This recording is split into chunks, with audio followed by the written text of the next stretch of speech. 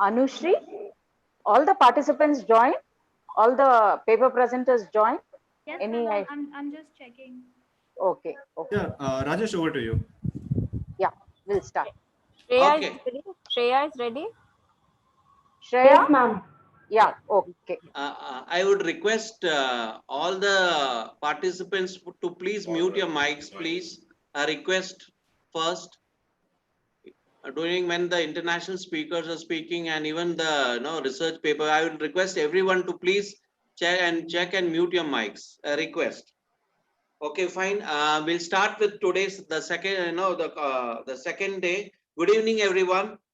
I, Dr. Rajesh Nair from SIES College of Management Studies, welcome you all for the second day of the online conference on aligning business strategy with CSR and sustainability, which is jointly organized by SIES College of Management Studies and CASI Global New York. Today in India, we are celebrating Teachers' Day in memory of Dr. Sarvapalli Radhakrishnan, second President of India. It's rightly said that the influence of a teacher can never be erased. With this thought, I would invite Shreya for the welcome prayer and the lighting of lamp.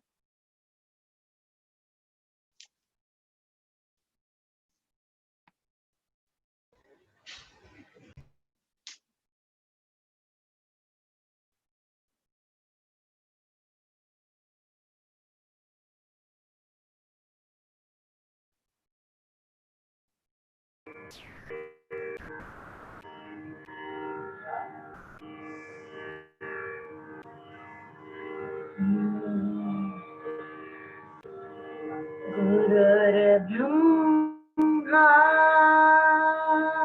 गुरुर्विष्णु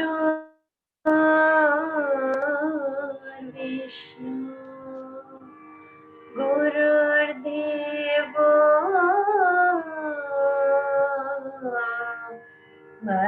महेश्वरा गुरु साक्षात् परब्रह्मा तस्मै श्री गुरवे नमः.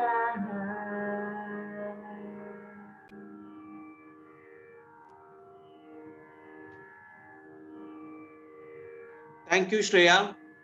We now move on to our first speaker for today, Mr. Patrick from China. Mr. Patrick is an environmental engineer with 25 years of experience in the assessment and management of environmental and social risk. His work includes environmental and social due diligence, environmental and social impact assessments, resettlement, stakeholder engagement, and community livelihood restoration programs. His successful approach to these different risk management services is based on the highest respect for uncertainty and silent evidence. He is currently based in Chengdu in southwest China. Patrick will talk about the complexity of sustainability and how this complexity is critical for understanding business sustainability. A successful creation of sustainable business environments requires more practical and accurate methods for assessing resource extraction, production, and related consumer behaviors. The first step is to acknowledge how the problem of sustainability is dominated by uncertainty and risk. Since the future is unknown, we need to focus on creating markets where all business is incentivized to reduce the risk to human life and ecological environments. Furthermore, a successful approach to sustainability resource innovation throughout the process of resource recycling, supply chain production, and end user consumption. The small and medium businesses play a large role throughout local and global supply chains. We should strive to create markets and communities where entrepreneurs are encouraged to try new ideas and grow. We welcome now Mr. Patrick from China. Over to you, Mr. Patrick. Thank you very much for the introduction. Mitesh, I think if you press Control L, the screen will be a little bit larger, if that's wanted. So basically, yes, I'm going to focus on sustainability, and I think from the talks already yesterday, it's clear that there's a lot of complexity involved, many different factors. So I think that the complexity is definitely, I mean, it doesn't make it easy, but it's also an opportunity for us to solve the problems that we are trying to fix. So I'm going to try in this brief period to try and explain some of the ways that I see these ideas. Next slide.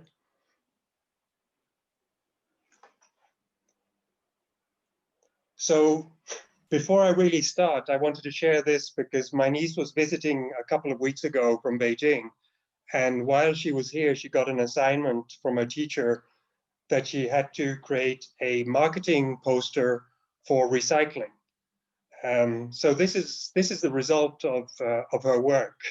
And I think it's interesting because on the right side, if you don't recycle, the result is complete devastation. And of course, if you do recycle, it looks quite nice on the left side. So I am not going to talk too much about it, but I think it's quite interesting to see what she views environmental protection and so on. And I look forward to following her future career as either a sustainability campaigner or a marketing consultant. Next slide.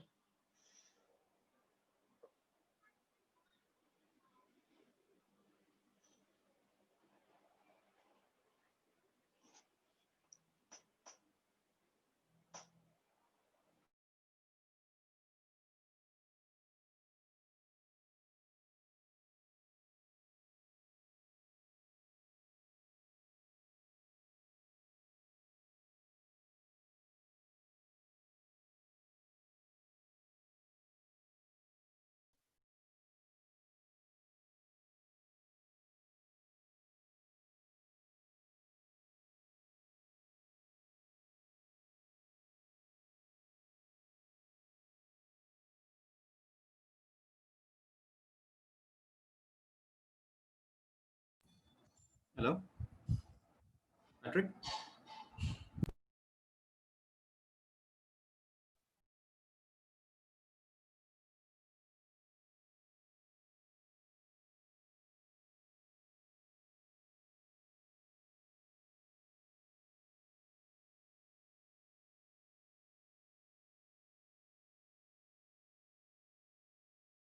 Mr. Patrick, we cannot hear you.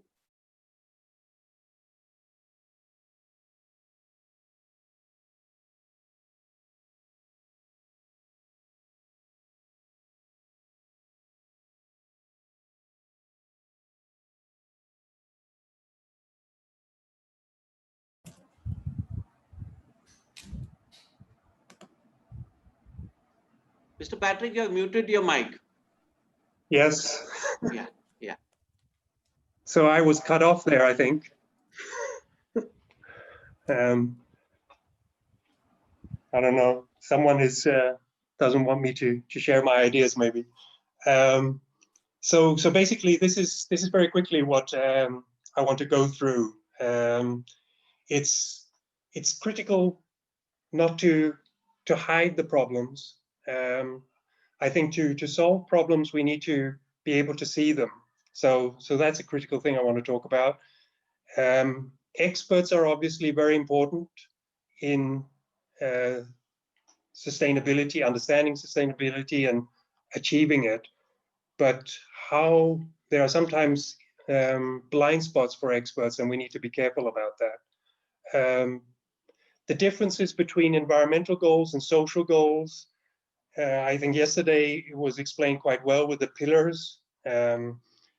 Alpa and Rodney both mentioned the pillars, different pillars, and I just want to mention quickly how there can be different contradictions between those objectives.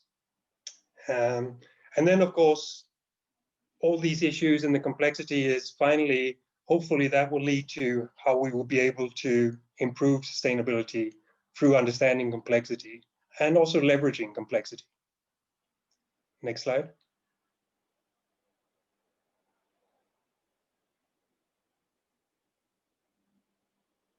It's not cutting me off again. Okay. So this slide is actually quite old. I did this the first time 20 years ago. So basically it was, I was working on a lot of projects funded by Danish and Swedish government money in countries like Poland, Romania, and China. And all the experts from Denmark and Sweden that I was working with, they were all sort of, basically a lot they were saying, if you follow what we did, you're going to be fine. And I was living in China at that time, and I just had a gut feeling that that's not completely true.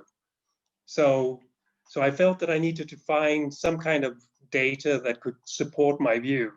And this is what I found. And basically what it shows is manufacturing jobs and GDP in Sweden. And if you see the purple line, the GDP in Sweden has gone up until the year 1995 without any problem. But manufacturing jobs in the late 60s, early 70s started to go down. And what I used this slide or this chart to explain was basically what happened was manufacturing jobs and manufacturing facilities were moved out of Sweden, which made solving environmental problems a lot easier. And a lot of other Western countries followed that model as well. So that meant the challenge there was a lot easier than it is or has been in other countries. And I think that's very important when we consider sustainability globally, especially India and China. They cannot do the same thing that Sweden did. It's simply impossible. Next slide.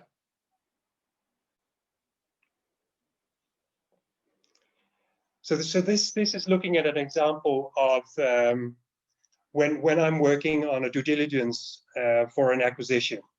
So basically, a lot of the acquisitions I work are on multiple sites, and they're more complex than this. But I just wanted to use this example to kind of describe a point that I think is not a challenge for the work I do, but it is a challenge for sustainability.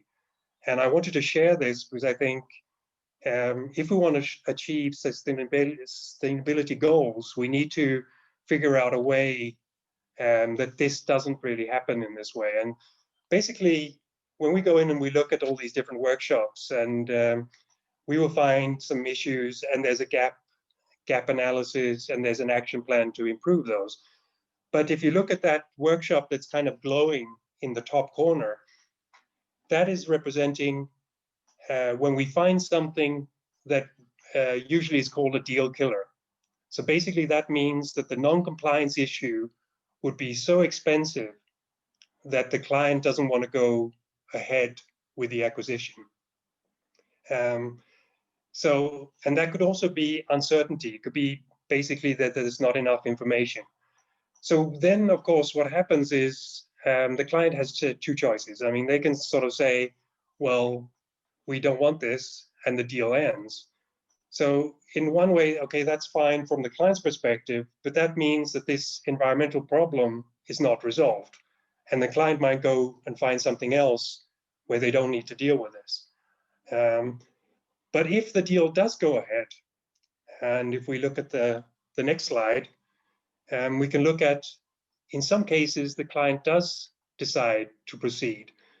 But then it's usually on the basis of that they can avoid purchasing this one part of the site. So they can either remove it or they don't buy that part of the land. Whatever happens is basically they now have a new facility, but the problem is not there anymore. So then operation starts, and if they're if they have their sustainability program, like we heard yesterday, that means that part of what they need to do is they start to look at their first-tier suppliers. So their first-tier suppliers are also checked and audited, and if there are any problems there, they are not accepted. So what I've done here is you can sort of see in that second tier is kind of where the problem has now been pushed. And this is not some kind of an evil conspiracy where we say the company is trying to hide the pollution. It just happens from the risk management, the auditing, the supplier selection. This kind of this whole system of experts working naturally pushes out this non-compliance. But the problem is this non-compliance might still be needed at some stage through the supply line, and it just becomes a lower tier. And just to describe this in more detail, go to the next slide. So here this is the same thing, the same example, but where the green triangle is presenting the sustainability of the sustainable company. So they have the first tier and the second tier have all been audited. All of these suppliers are possibly using 100% renewable energy or a high percentage. They are all in compliance with the environmental standards and so on, the labor laws for social issues. But what I have here in the top half is what I call, well, I call it silent evidence in sustainability, but the term silent evidence comes from Nassim Taleb, the author of The Black Swan. And he says for a lot of problems with complexity that we deal with, we have a lot of data, which we do in sustainability. But the question is, do we have all the data? And the data we don't have and the information we don't have, is that critical to our overall sustainability goals? And that's what I'm trying to represent here. Basically, you have your third tier suppliers, a lot of small companies, and then you maybe have some fourth tier suppliers, and you have extraction of resources. You have these smaller suppliers using not renewable energy, using less sustainable energy sources. And there might be mining activities and so on that are being extracted that are not in a sustainable way. So I think this is very critical, that when we look at these supply chains, is there anything that we don't see? And is there anything that is really serious in that area that we don't see? So I hope that makes sense. Move on to the next slide.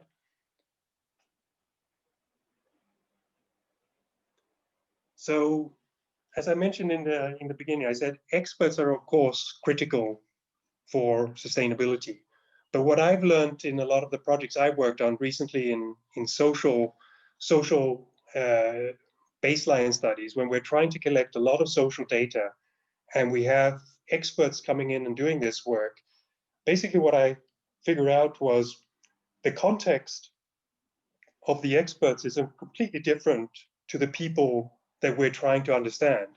And if you look at these boxes on the left side of the slide, basically you have some light colored boxes at the top and you have some dark colored in the bottom. But the center, the two center colored, brown colored boxes, they're actually the same color, but they look different because they're surrounded by a different context.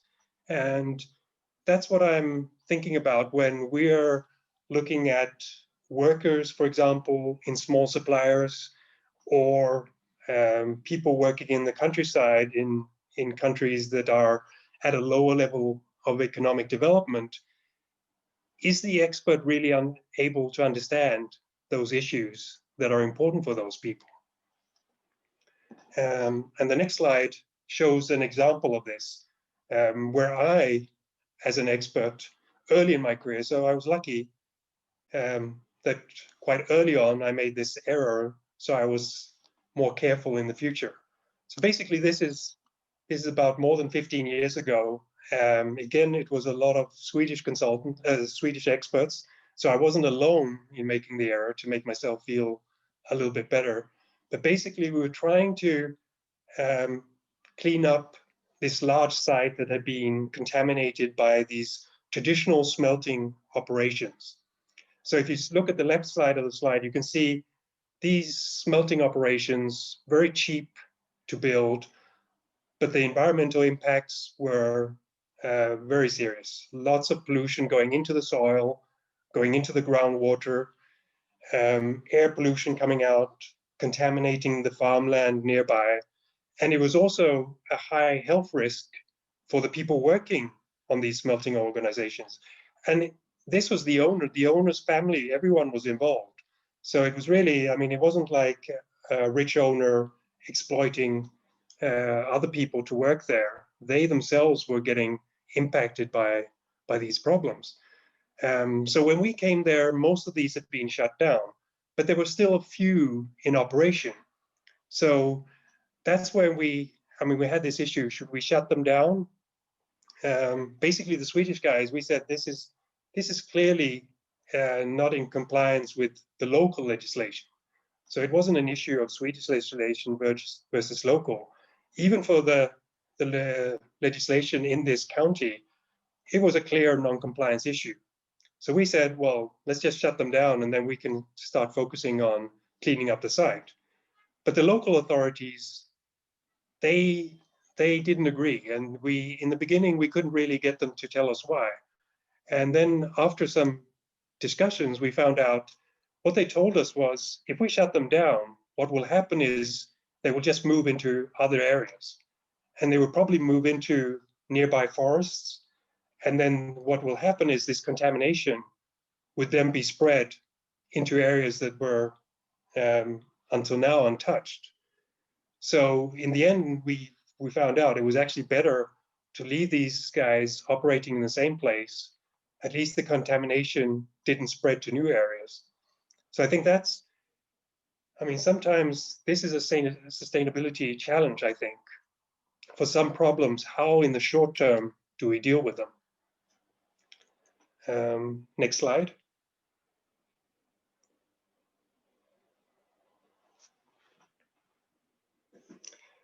So this example is related to the different pillars that were mentioned or described very well yesterday by, I think, Alpa and Roddy in their presentations. Again, early in my career, because I was working in China, instead of where in Sweden I would have been an environmental specialist maybe my whole career, in China I was doing a lot of different things. So I was doing safety and environmental work. And I saw this issue where there was a clear conflict between the goal of the safety expert and the environmental expert. So basically, this is just saying, well, if you have this temporary storage of a chemical, you have something coming in from the supplier before you then use it in the process, this chemical will have some fumes. And the safety guy, he wants to install a release valve. The release valve can let the fumes escape, and then the risk of an explosion disappears. So from a safety point of view, this is great. He also ensures that the fumes will not have such a high concentration that they would have any risk to workers working outside the container.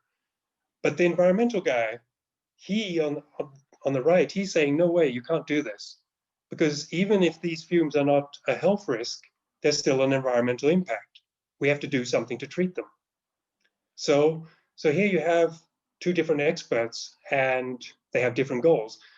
You can solve this problem by creating a collection of a device outside the release valve, but it's not a perfect solution. I mean, the safety risk is a little bit higher than it would have been if you didn't install the environmental device.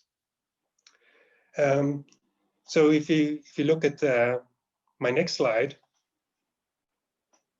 this is where I think the big contradiction for sustainability is related to environment and social.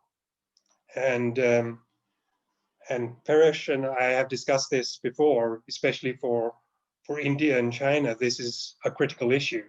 So if you have the facility on the left side, which is a high level of sustainability, environmental compliance with all the labor laws, using renewable energy, everything looks perfect. And if this facility prepares a report, there are no issues. All the employees are happy, you have gender equality and so on. But again, going back to my point about silent evidence, what I'm representing on the right side is what was there before. And what was there before is a facility with a lot more pollution. So from an environmental point of view, it was definitely not a great thing. But if you look at the number of people working there, that's very different. Maybe those employees were not quite as happy as the ones working for the new facility, but there were a lot more of them.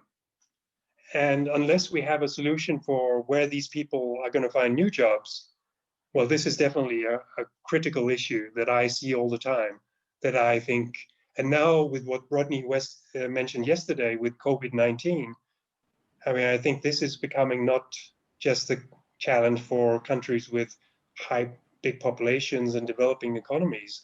I think a lot of countries are sharing this challenge now. And I think one more slide.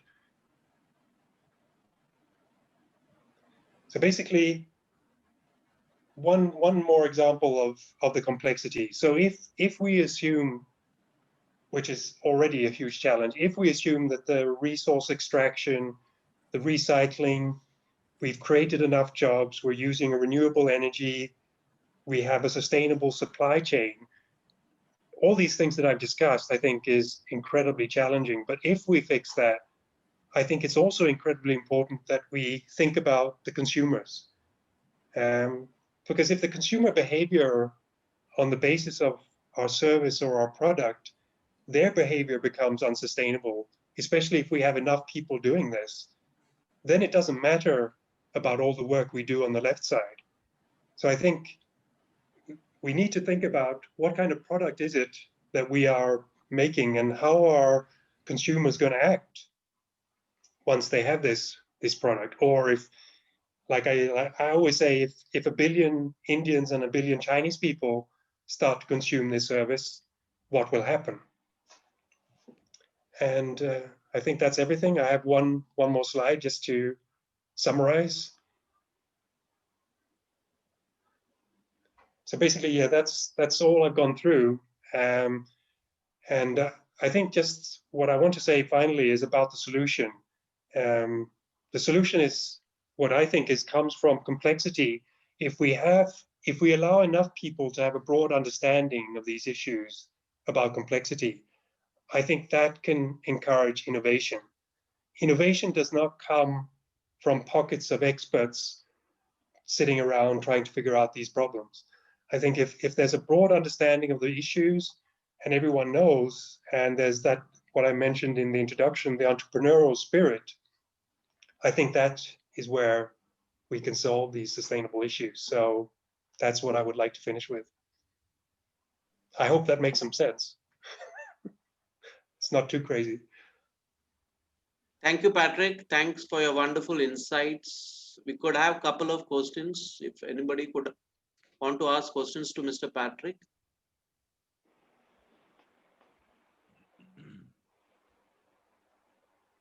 Anybody? Yeah, Patrick, I have one for you. When you talk about sustainability, and more specifically in terms of sustainability in the entire value chain, so we are not only talking about right from procurement, even one step back, right from all the way till farming, how sustainability is implemented in those aspects. Like the wages are being paid fairly, or the there is no child labor, or maybe toxic wastes are not just put out in the farms or in the water. So all the way from that side to all the way to the other end of the value chain, which is the stores and where customers get in to buy something. So the entire value chain, if we talk about sustainability in each and every box of those value chains, so how does a company actually ensure that this really happens?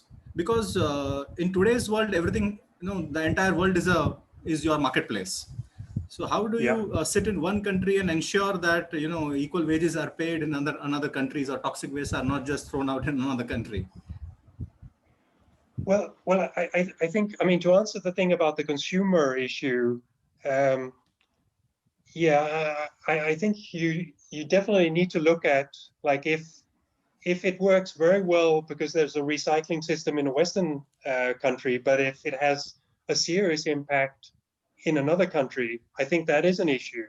So that's where, if I look at a sustainability report, all I see is silent evidence. I would rather have a lot of deep dives looking at these things, going all the way through, and then seeing, maybe identifying issues, rather than having sort of the suppliers that are very close and the energy that's used by sort of what is very close to the company. I'm not saying that every company will have a lot of issues in this silent evidence, but I do think there's enough there for certain services, certain products. And I think that's what we need to know, right? I think we need to have that balance to know what is really causing harm and what is not. And I mean, personally now, I would say it's not really clear, right?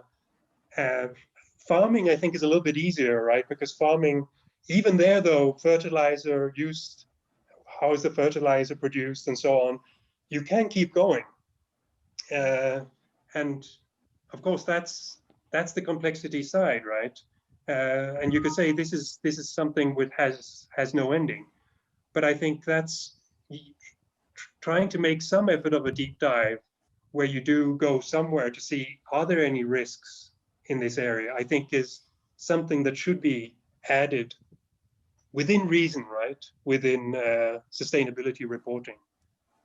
Does that make sense? Absolutely, absolutely. The corporates need to deep dive and poke holes in their entire value chain to understand what is happening and what is not. You're right. Yeah, because I think there you can find more value, right? I think by finding something more critical in a deep dive, that might make much more sense investing more money on that than a lot of money spent on continuous first-tier supplier audits. Because a lot of money is spent on those supplier audits where there's little gaps, little non-compliances, and so on, right? And I see a lot of work being done that, and a lot of consultants making money, but I don't think that is necessarily where the big gains can be found. True, true. Thank you so much. Hello. Hello, can I ask a question? Sure, please do.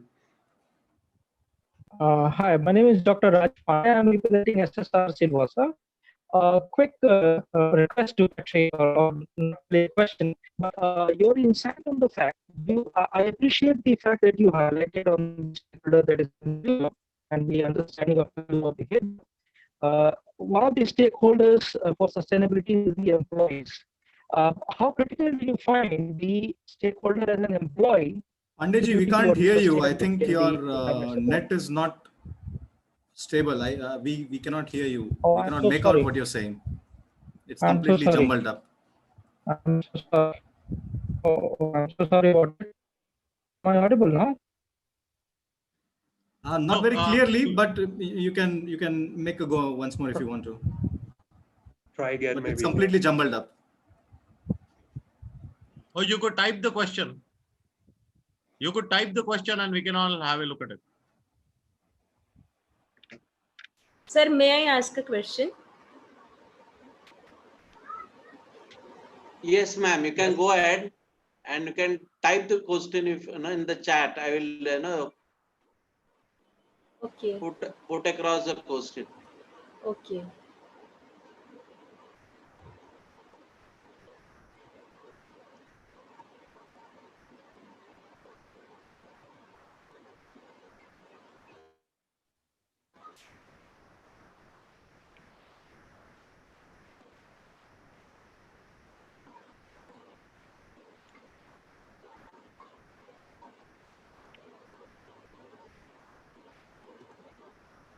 The question from Rajesh Pandey is, how important is employee as stakeholder for sustainability?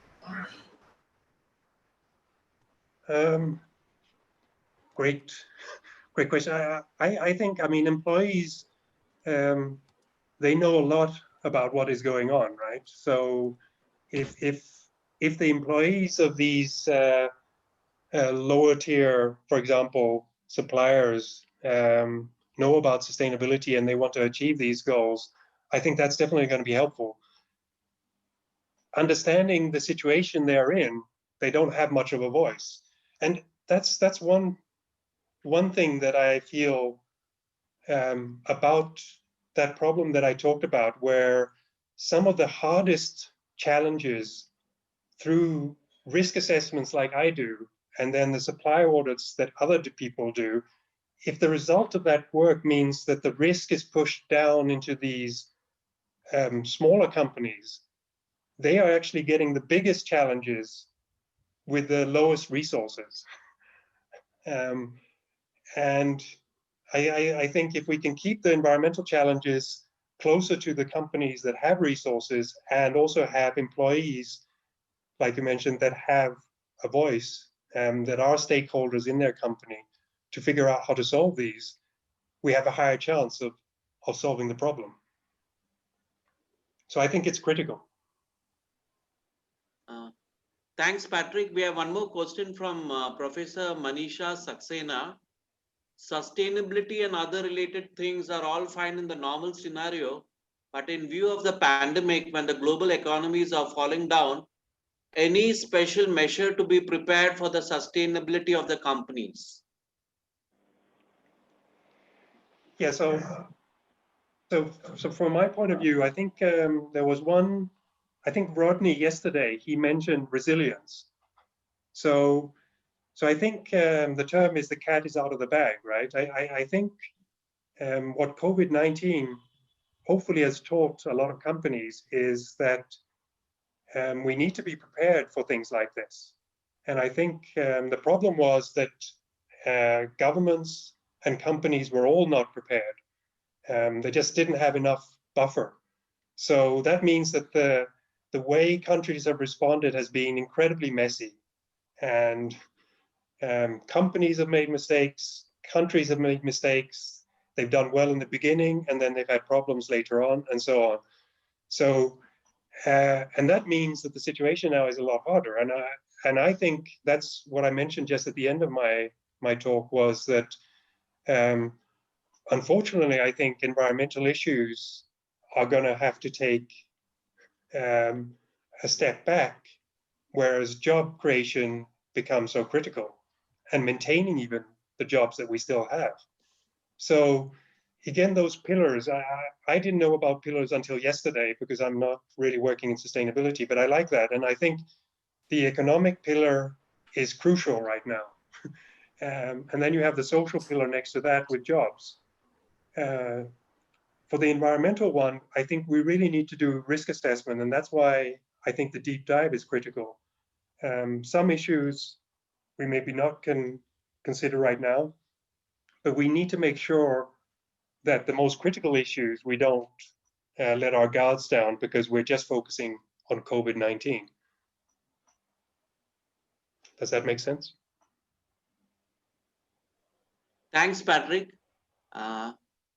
We move on to our next speaker, Reverend Ambrose Burbee, who's from Ghana.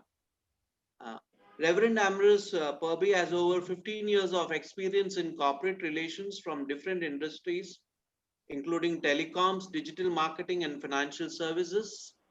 He is currently the lead for Vodafone Ghana Foundation after his time at the group Nidom Limited, where he was the head of social media and digital marketing.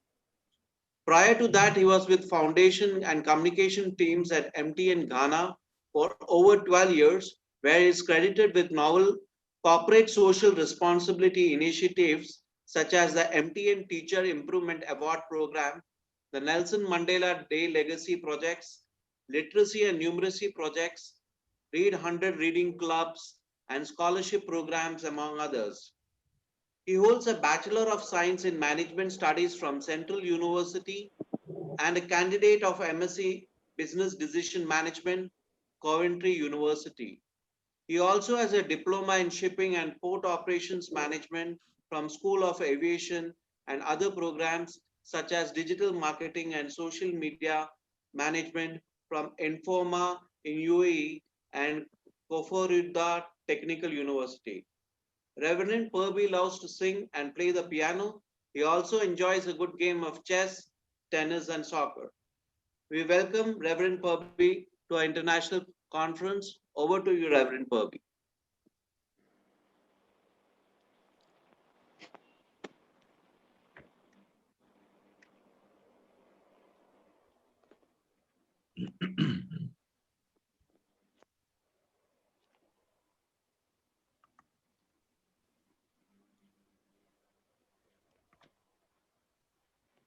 Yeah, he was here a second ago. I think we just lost him. I think internet connectivity issues. Rajeshji, can we wait for a couple of minutes, or maybe we can proceed with the next? Yes, I think so. No, we can wait for a couple of minutes. Paresh sir, if you can reach his mobile phone, that would be great. I'm just calling him. Thank you. Thank you. I have joined, Rajesh. Dr. Yes, Mitesh, sir. I've joined. Yeah. I just finished there. Good evening. Good evening. Good evening. Good evening. I had the same issue right at the beginning. I got cut off. Patrick, I missed your talk because I had another webinar which I finished just now. Okay, no, that's. I was in a dialogue with the president of one of the largest insurance companies in the country. Yeah, well, that sounds a lot more important than me. Oh no, no. I have a recording of your session anyway. Exactly. I was just going to say that. Yeah, you know. No, but that was since I had to conduct it, so I had to be there. So I was the host. Sure. I completely understand. I'm very excited to have been invited to this. So I hope it was of value to the people listening. Must have been pretty good because you have a wonderful experience anyways. I'd gone through your the CV, a quick profile, and you got everything to talk about from your experience only. Sometimes knowing too much makes you confused. Well, yeah, I know. Somebody said the more I read, the more I forget. So I read. Yeah, it's the more you know about the challenges, it's the head hurts more and more. So it was a lot easier, I felt, 20 years ago. I saw problems a lot more simple back then. So the term which you're using for these days is called VUCA. I'm sure you would have heard of the VUCA word. Volatile, uncertain, complex, ambiguous. Yeah. Exactly. Absolutely. We live in a VUCA world. 20 years back, it wasn't the case at all. No, it was a lot more simpler. I agree. Yeah, it was a lot more simpler, yes. Good old days. 20 years back, I would get up. Yeah, Sorry, I think so. Reverend Ambrose Burbee is facing some internet issues. So we'll go on to our research paper presentations. Right now, we have around 11 research paper, 11 researchers who are going to present with their papers. I now invite my student coordinator, Anushri Singh, to carry this webinar forward. Over to you, Anushri. Thank you, everyone. Good evening, everybody. My name is Anushri and I'm your moderator for today. It is my absolute pleasure to... Can you be a bit loud, please? Anushri, you got to be a little louder. Yes, that's better. Good evening, everybody. My name is Anushri and I am the moderator for today. I welcome you all to the second day of International Conference on Aligning Business Strategies with CSR and Sustainability. Thank you for joining us on this weekend. CSR is becoming an inescapable priority for businesses and corporates. As it moves up the boardroom agenda, it is increasingly being incorporated into the strategic level planning.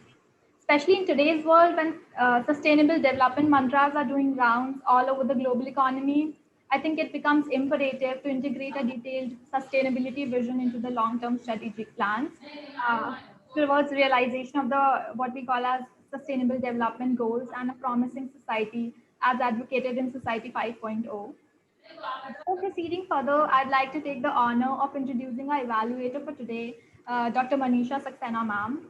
She is currently a professor and principal for Department of Hospital Management, Deccan School of Management. She has a PhD in medical sociology from University of Hyderabad. Besides that, she is also a PhD supervisor for Osmania University. Having 29 years of experience in industry and education, she has published 4 books and over 20 research papers. One of her books is also a prescribed syllabus of MDHM at Osmania University. I welcome you, ma'am, and it's an honor to have you here with us. To dive deeper into the understanding and importance, challenges, and other aspects of CSR, I would like to begin with our research paper presenters. I request all the paper presenters to be ready and strictly adhere to the time frame that has been mentioned. We will also be taking one question at the end of each presentation. Also, I request all the attendees to please keep their mics and videos off. On that note, I would like to introduce our very first research paper presenter for today, Mr. Prasanna Joshi. He's a guest lecturer at Vidya Lankar College of Management, Mumbai. And the topic for his presentation is Importance of CSR in Communication, Branding, MSc, MS. May I please request Mr. Joshi to take over? Anushri, just 1 second. Sorry about that. Rajesh, we have Reverend Amaris from Ghana. He has just joined in back. Okay, fine. Anushri will just hold it for a few minutes. We'll finish with the speaker. Thanks, Anushri. Reverend Amaris, welcome to our international conference. I'll briefly introduce Reverend Ambrose Burbee. Reverend Ambrose Burbee has over 15 years of experience in corporate relations from different industries, including telecoms, digital marketing, and financial services. He is currently the lead for Vodafone Ghana Foundation of his time at Group Nidom Limited, where he was the head of social media and digital marketing. Prior to that, he was with the foundation and communications team at MTN Ghana for over 12 years, where he is credited with novel corporate social responsibility initiatives, such as the MTN Teacher Improvement Award Program, the Nelson Mandela Day Legacy Projects, literacy and numeracy projects, Read 100 reading clubs, and scholarship programs, among others. He holds a Bachelor of Science in Management Studies from Central University and a candidate of MSc Business Decision Management, Coventry University. He also has a diploma in shipping and port operations management from School of Aviation and other programs such as digital marketing and social media management from Informa in UAE and Kofi Ridwa Technical University. Reverend Burbee loves to sing and play the piano. He also enjoys a good game of chess, tennis, and soccer. We welcome you, Reverend Burbee, to our two-day international conference. Over to you, Reverend Burbee.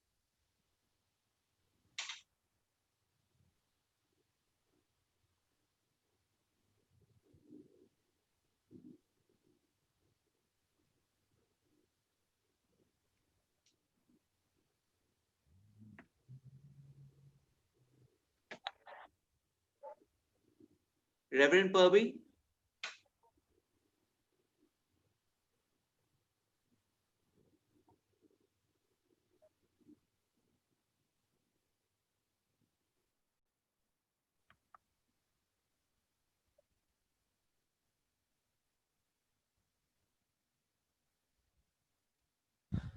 Sir, he's not connected with his audio, sir.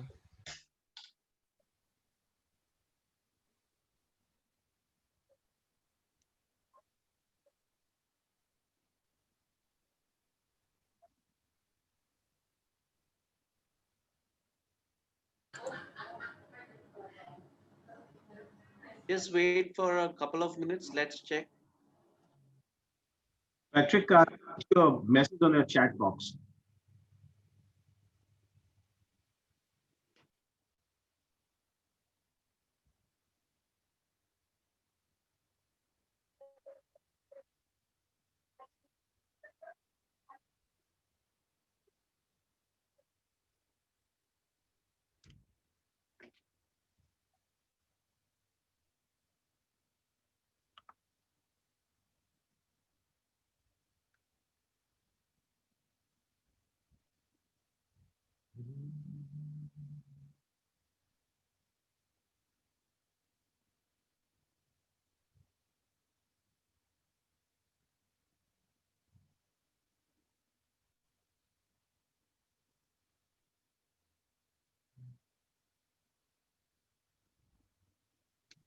Dr. Mitesh.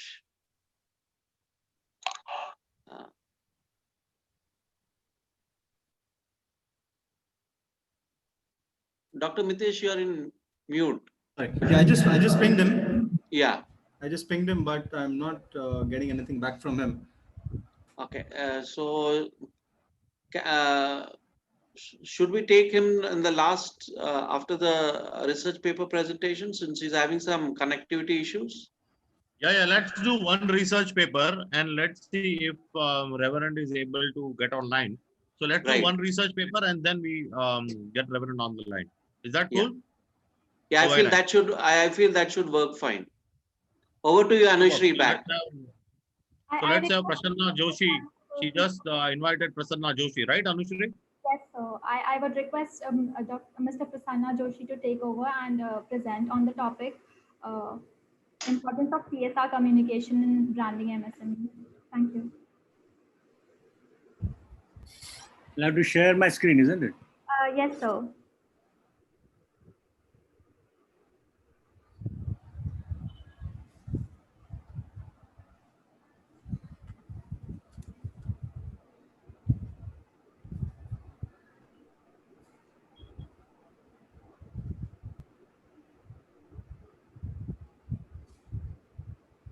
Do you see it?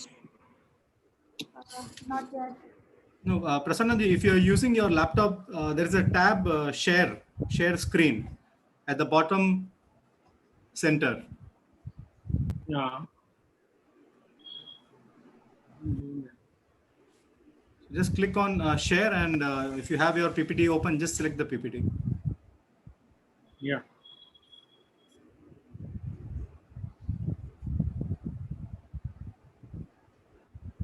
So if there's a problem, I can share it on my screen. Why it is not taking? Normally it shares. So do you want me to share it? I think there's better. Let's not waste time. Sure, sir. Just give me a second. Meanwhile, good evening, everybody. Good evening, everyone. And happy Teachers' Day to you all. Hello. Good evening. Good evening. Good evening and happy Teachers' Day. Thank you. Thank you. Yeah. The topic is gone. Importance of CSR communication in MSMEs is the topic. Go to the next slide. The aim is here to look at the CSR communication, efficacy of CSR communication in various stakeholders to foster the brand image. I think I cannot, Anushri, I'm not saying the slide properly.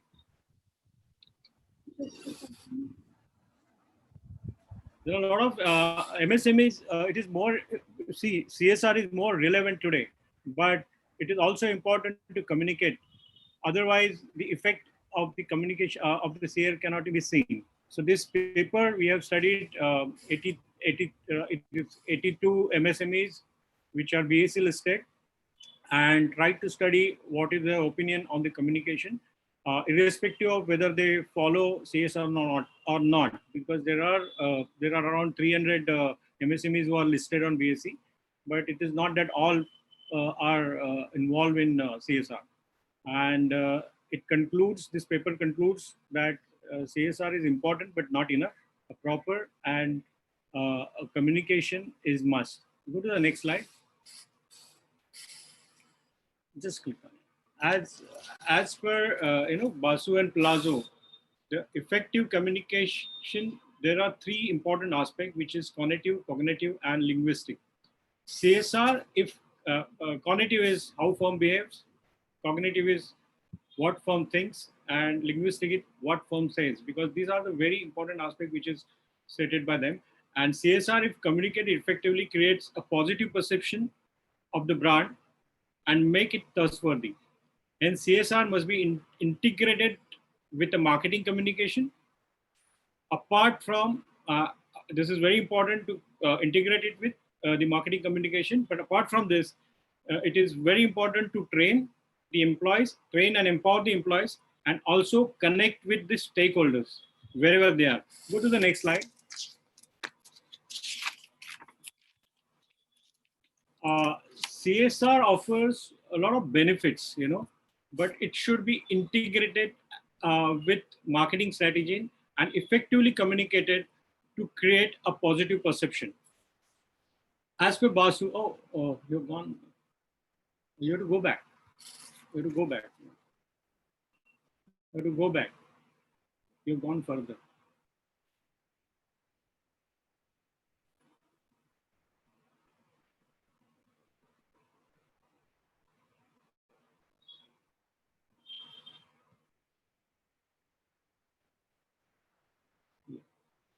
Uh, yes. Okay, thank you. It is, we should not look at CSR. CSR is a major strategic drive for the businesses, but it is not just it has to be looked at as a major drive, but not just an activity, because if you look at it as just an activity, the effect cannot be seen.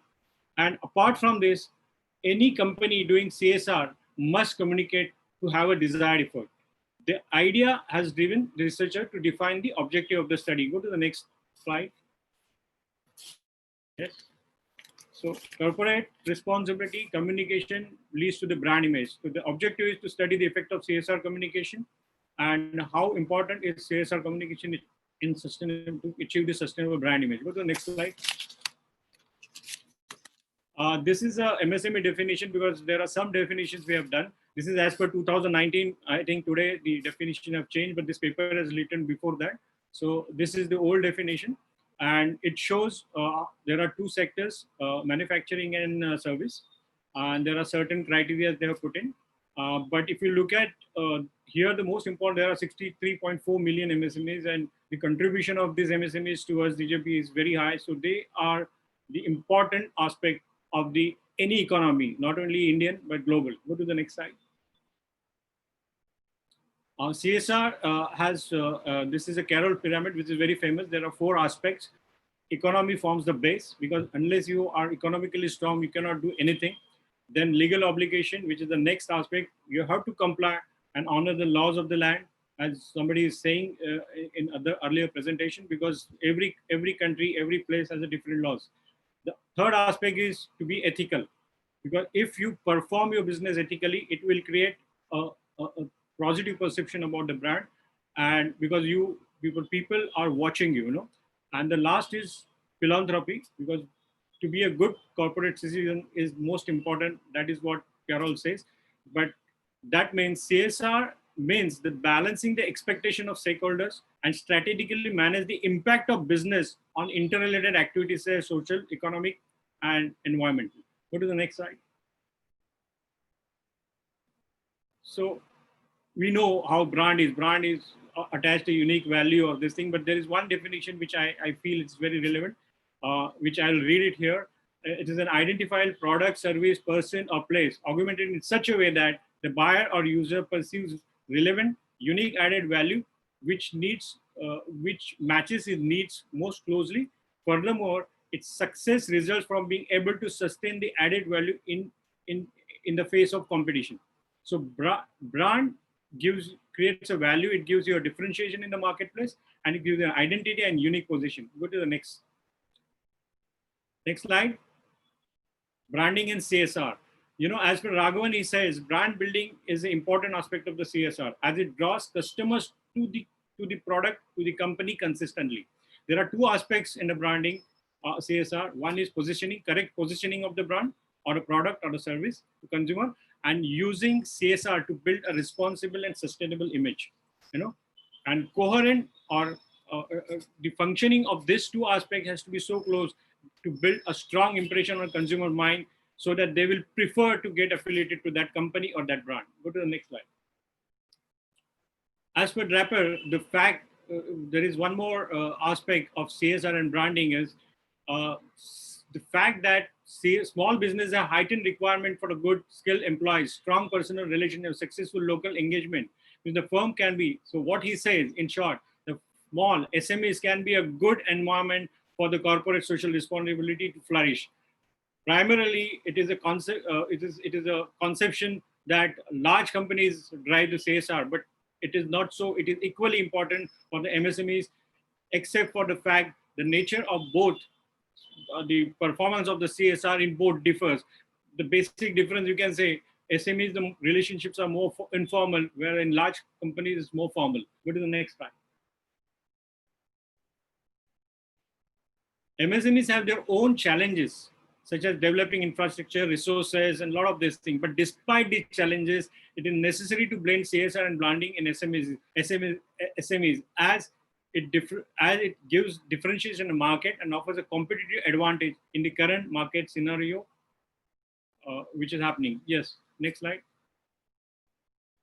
CSR communication and brand image. The impression of CSR creates on stakeholder depends on how effectively it is communicated with the stakeholders, and which, if it is communicated effectively, it creates a perception that company is socially and environmentally, culturally, and economically responsible. A company's CSR communication is essential for creating a positive brand image. As per Dawkins and Lewis, consumers increasingly look at, this is his statement, where I say consumers are closely watching CSR as an activity that elevates the bar of expectation on the company's responsible behavior, and they know how firms deal with the CSR. Go to the next slide.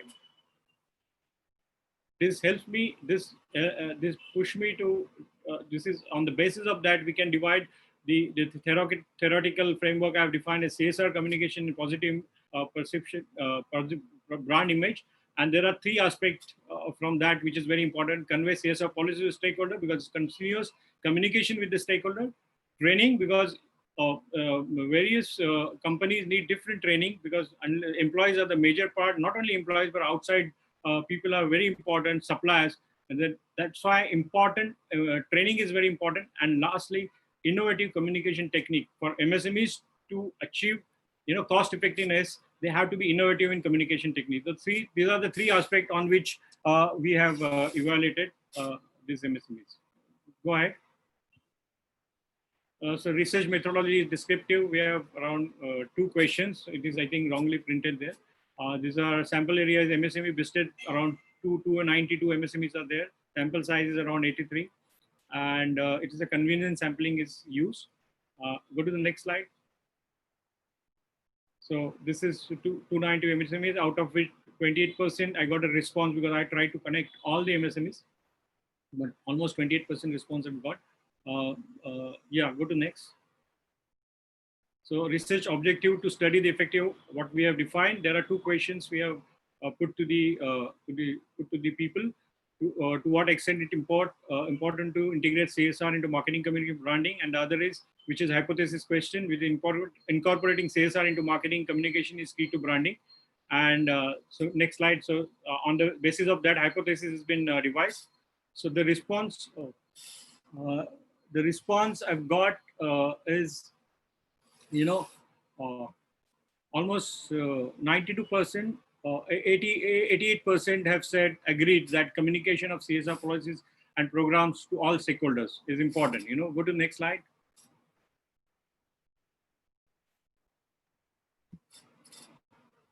Yeah. Here around 87 innovating community. Oh, you've gone to next. Okay, anyway, there are 3 responses we have got on the 3 questions, 3 parameters, where mostly all of them have said that even in innovative communication technique, they said around 88% have agreed that yes, communication technique, which has to be cost effective to have the impact. Go to the next slide. I'll go to. So most of the people, around 88% of the people have agreed that these are the 3 important aspects, and they will contribute to be an effective communication. There must be more, but this is, I have evaluated on the 3 because they are the broader one. And to substantiate this, there are statements from Johnson and Nelson has explained that companies focus on CSR and its communication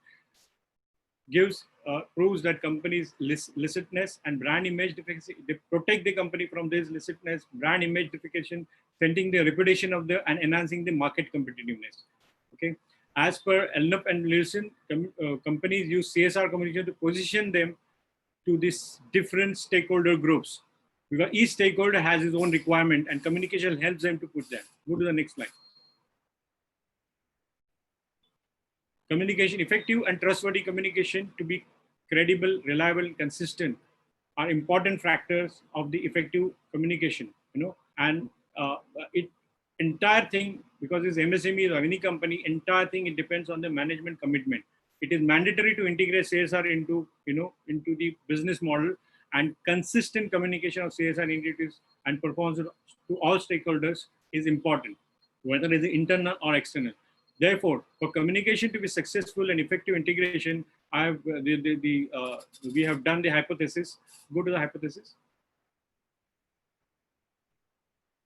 Here, the hypothesis CSR integration marketing communication does not enhance the brand image. The alternative is CSR integration marketing communication enhances the brand image. Go to the next slide.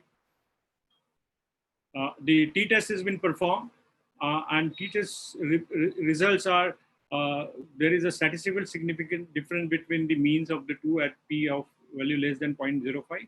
Therefore, we can resist the null hypothesis, accept the alternative hypothesis, substantiating that CSR integration into marketing communication enhances the brand image. Go to the next slide.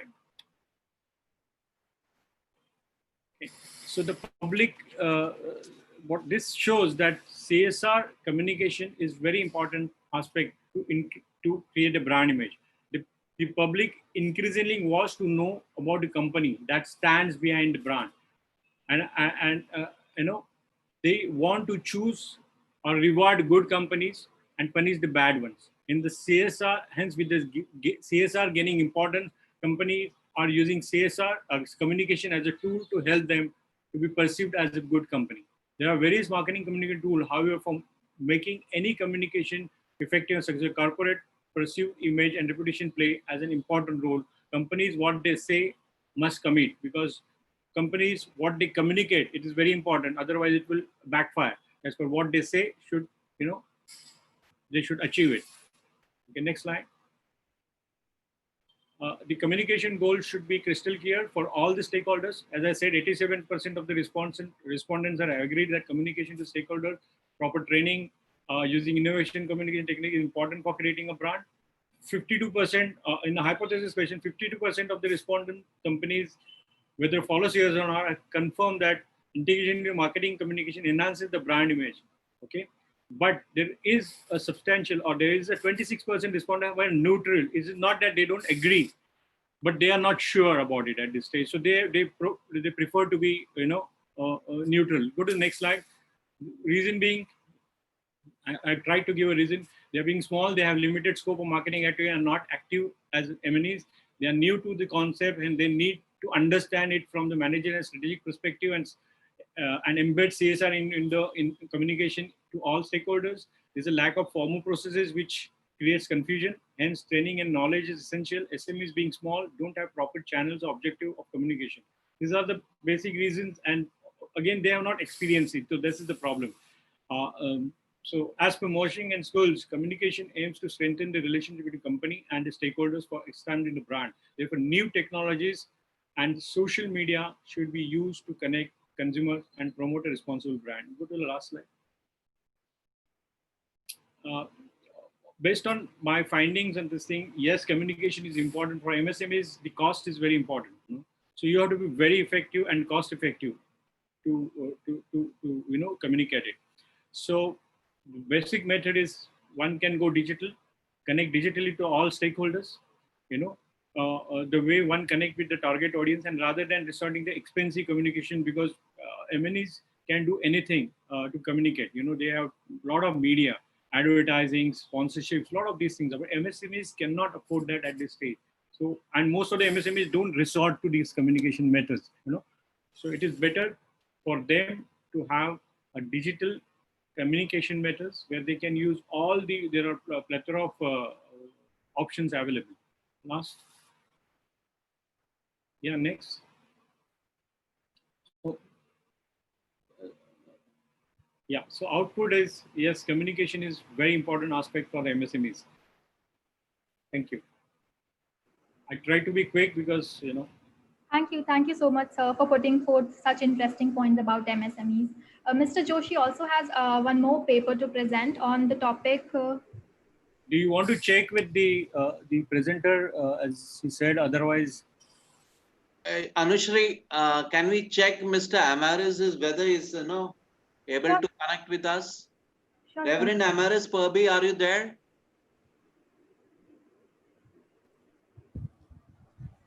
Reverend Amaris Burbee? Yeah, Reverend has just joined, but I'm not sure if he is able to communicate. Can you hear me? he's there. Yes, Reverend Burbee. Are you able to hear us? Yes, I can hear you. I'm trying to transfer onto my other laptop. Okay. Okay. So we'll wait for 5 minutes. Okay, that's fine. Hey, hello, Mitesh. Sure, Reverend. So, Rajesh, we can start on with our next research paper. In the meanwhile, he will have his next other laptop ready. Fine. And he'll be up. Yeah, Anushri, now we can go to the next research paper. Yes, sir. So is it Captain or Prasanna? No, sir. It's Prasanna, sir, second paper. Yeah, Mitesh, what happens is when she expands, I don't see my slide completely. So there's some problem. All the videos come on the side, images. Yeah, you are able to see the participants, you mean? Yeah, I don't want to see the participant. I want to.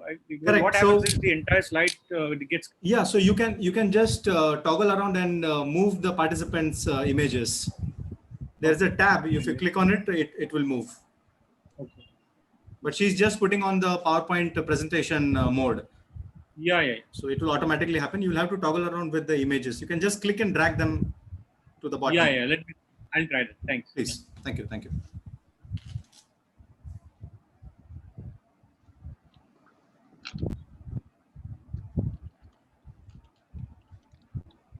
Yeah, thank you. Better? Yeah, can I start? Thank you. Yeah, it's better. Great, thanks. Hello? Yes, sir, you can start. Yeah.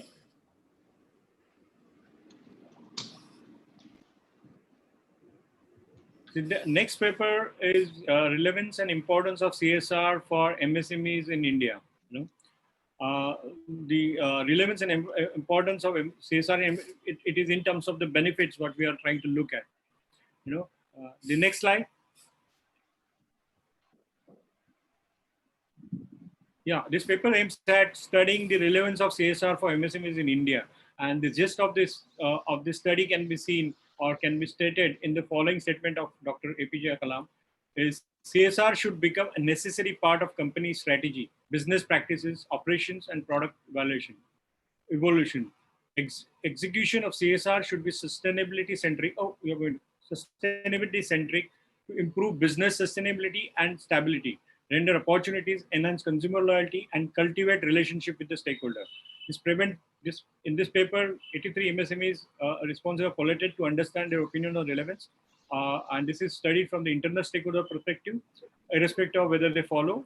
And it states that it concludes with the fact that relevance of CSR for MSMEs in terms of benefit it accrues. Next slide.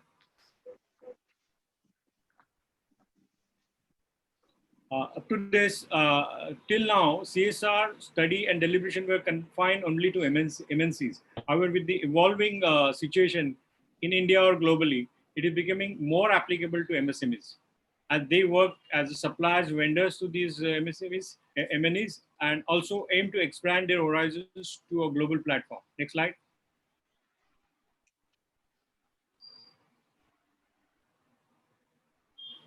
CSR means perform.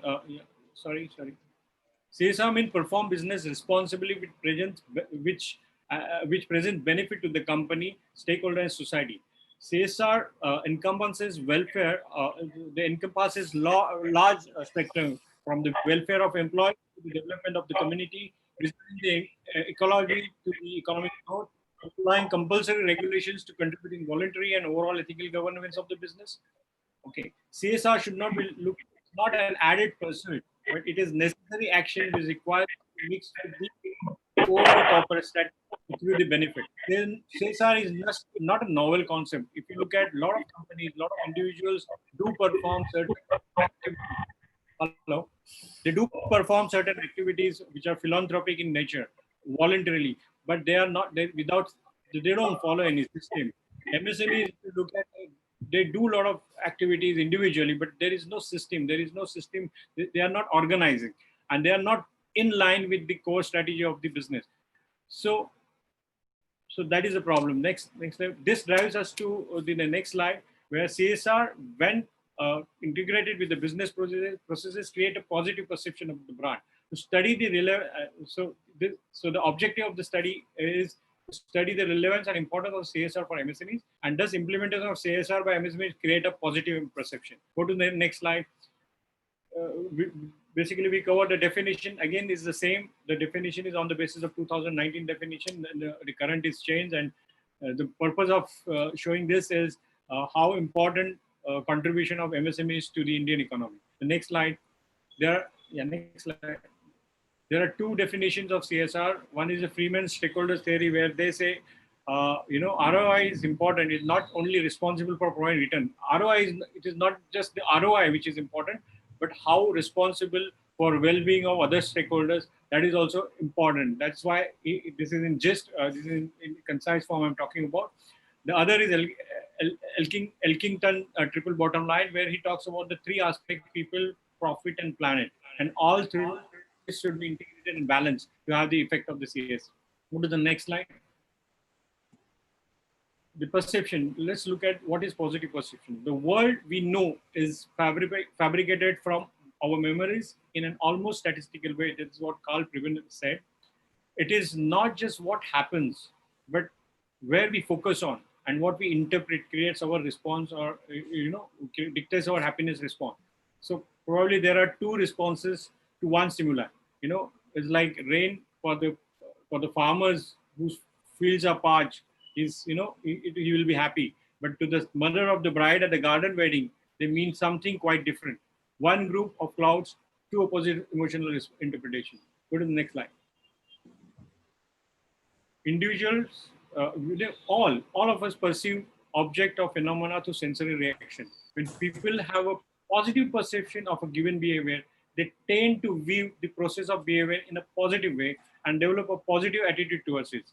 Meeting the other thing is, in the businesses, if you meet the expectation of the person or the consumer, he feels happy. He feels happy about it. It creates a positive perception about him, and the outcome of such positive perception generates a favorable response in terms of the benefit. So, next slide. So the model. Yeah. Yes, that's right. Yes. Yeah, same slide. Yeah. So the theoretically, I try to put it as CSR and positive perception, but positive perception is an outcome of CSR in terms of the benefit. Go to the next slide. So here again, it is a descriptive quantitative research method is used. Where question has been distributed. There are two questions we have asked, not 24. There are two questions we have asked to the respondent, and these are MSMEs listed on BSc 83, and time span is, I said, 2012 to 17 because okay, and sampling technique is convenience. Go to the next slide.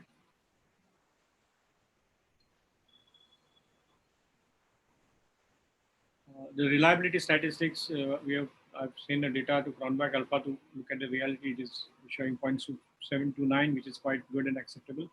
Go to the next. Yeah, next slide.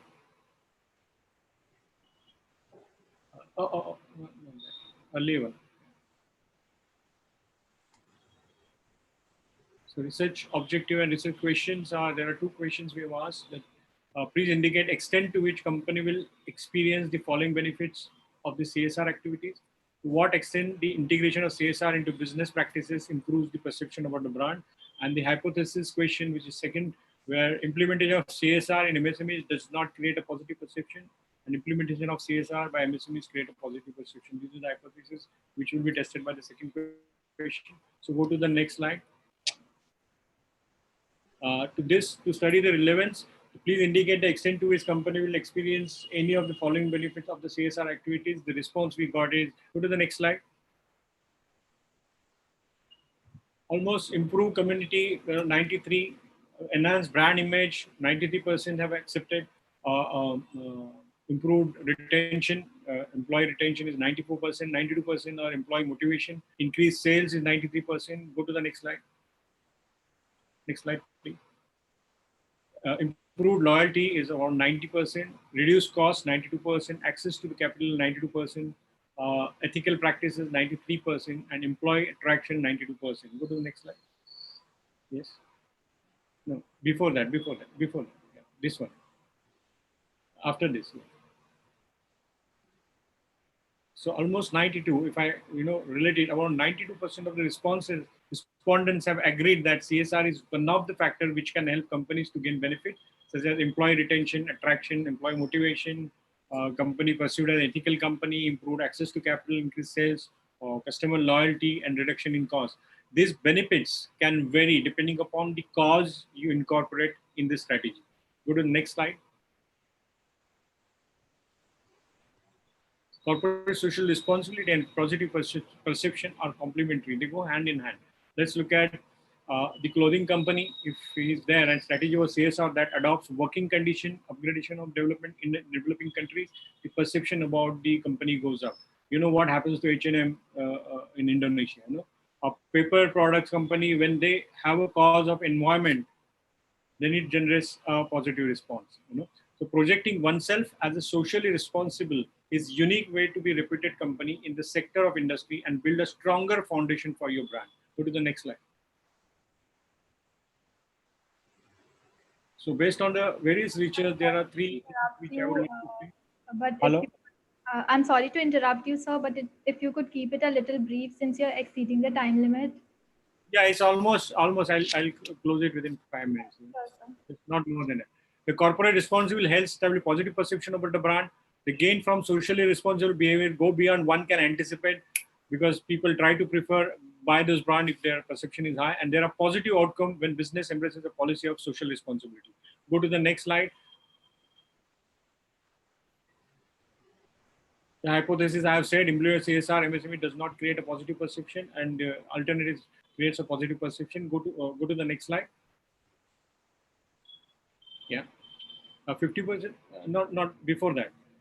This when we tested it, when we done a t-test, it is significant. So there is a significant difference. No, after that, please.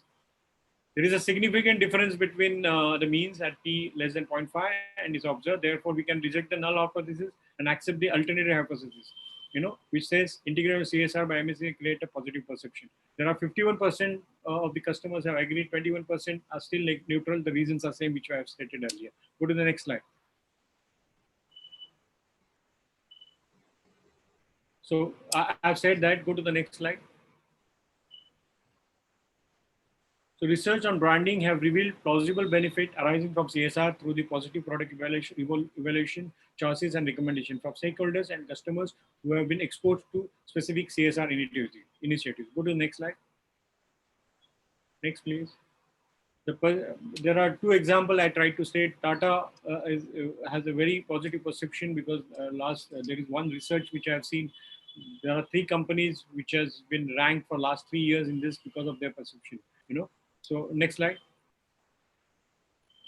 This is another example from a Sweden company, which is this, how they have created, this is a food, they are into organic food, how they have integrated their business values and CSR, and what results they've got. They got a really good response, loyal customer base, and a good brand image. Go to the next slide.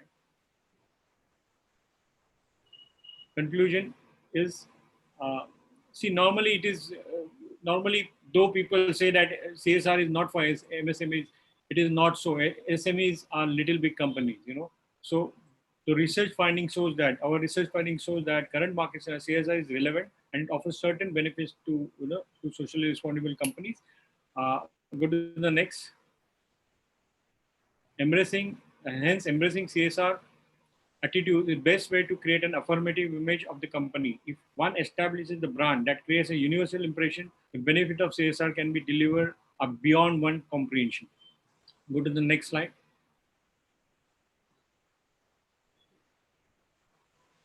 It is recommended that what they should do, be socially responsible, identify for MSMEs, they have to be socially responsible. They have to identify the purpose and the goal of the companies. They have to map their capabilities and resource, involve everyone, okay, walk the talk, whatever they commit, they can walk the talk and communicate and monitor the activities. So they can start from very little to very, and slowly graduate to the next level, but they should go through this process. And today, yeah, go to the next slide. So as I said, CSR as a philanthropy add-on is vulnerable to cost. If you just look at CSR and philanthropy, people look at, oh, it is a cost cutting, it's a cost. But the long-term benefit or the success of CSR will be based on its ability to be positioned within the core of a business strategy and development, thereby becoming a part of a business as usual. And in the current scenario, when a lot of young people or millennials are looking at it, they look at the company from the CSR perspective. The next slide. So as per Barry Salzburg, of CEO of Deloitte Global, he says millennials today, while contemplating their professional goals, not just look at companies' products and profit of the company, but keenly scrutinize how business encourages people growth and contribute to society. Hence, CSR is relevant for MSMEs. Thank you. Thank you, sir. Moving on to our next presenter. And Anushri, sorry, Reverend Ambrose has just joined. Reverend Ambrose, are you there? Yes, I'm here. Yeah. So Anushri will, have Reverend Ambrose speaking about the topic, and then we'll go back to research presentations. Sure, sir. Sure, sir. Fine. Okay. Thank you, Anushri. Welcome, Reverend Ambrose. Okay, nice to have you back. Okay, internet issues. I'll introduce Reverend. Reverend, wish you a very, very happy birthday. Thank you very much. Thank you very much for the well-wishes. Wishing you a very, very happy birthday, Reverend Ambrose. Thank you. Happy birthday. Happy birthday. A nice way to spend a birthday. Thank you very much. Once again, I would briefly introduce our distinguished speaker, Reverend Ambrose. Okay, a request for all others, please mute your mics. Please check your mics. Please mute your mics. A request. Yeah, thank you. Reverend Ambrose has over 15 years of experience in corporate relations from different industries, including telecoms, digital marketing, and financial services. He's from Ghana. He is currently the lead of Vodafone Ghana Foundation after his time at Group Nidom Limited, where he was the head of social media and digital marketing. Prior to that, he was with the foundation and communications team at MTN Ghana for over 12 years, where he is credited with novel corporate social responsibility initiatives such as the MTN Teacher Improvement Award Program, the Nelson Mandela Day Legacy Projects, Literacy and Numeracy Projects, Read 100 Reading Clubs, and scholarship programs, among others. He holds a Bachelor of Science in Management Studies from Central University and a candidate of MSc Business Decision Management, Coventry University. He also has a diploma in Shipping and Port Operations Management from School of Aviation and other programs such as Digital Marketing and Social Media Management from Informa in United Arab Emirates and Koforidua Technical University. Reverend Burbee loves to sing and play the piano. He also enjoys a good game of chess, tennis, and soccer. Sorry. We welcome Reverend Burbee for our conference. Over to you, Reverend Burbee. Thank you. Thank you very much, Dr. Rajesh. I'm humbled to be here today, and I trust that I'll be able to deliver the practical experience or the practical sense of sustainability and corporate social responsibility, so that we are able to match it up with our academics and paperwork as well, so that if we have to know how to input the realistic face of sustainability, especially to the measure of Africa, we will know how to also juxtapose it with what we need to deploy in the other areas of the world. So once again, I'm privileged to be here with you. If you don't mind, we can, should I project from here or you project from your end? Yeah, Reverend, you can do it.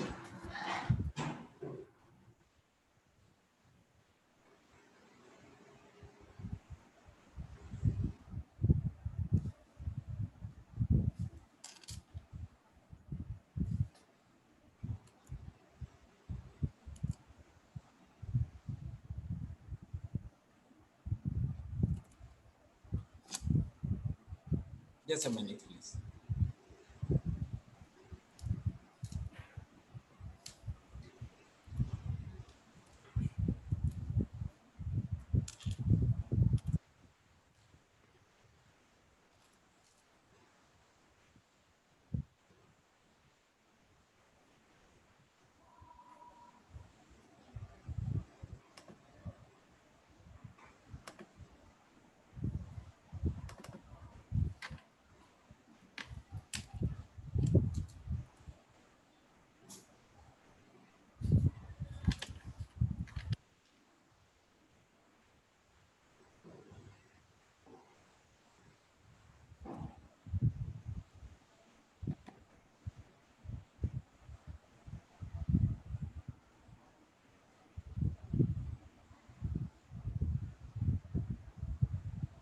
Just a moment, sorry.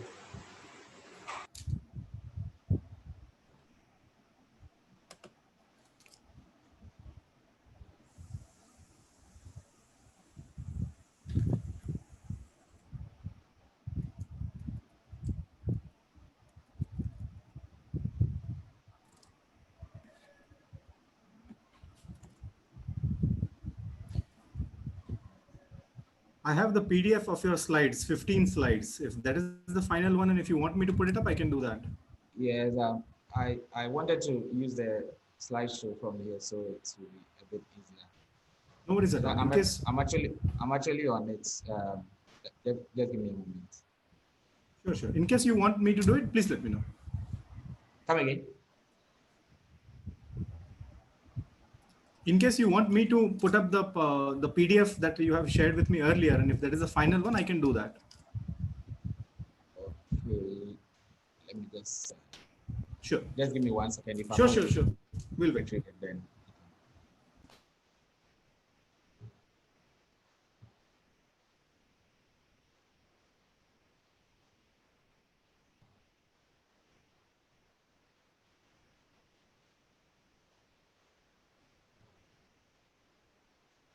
Is it on?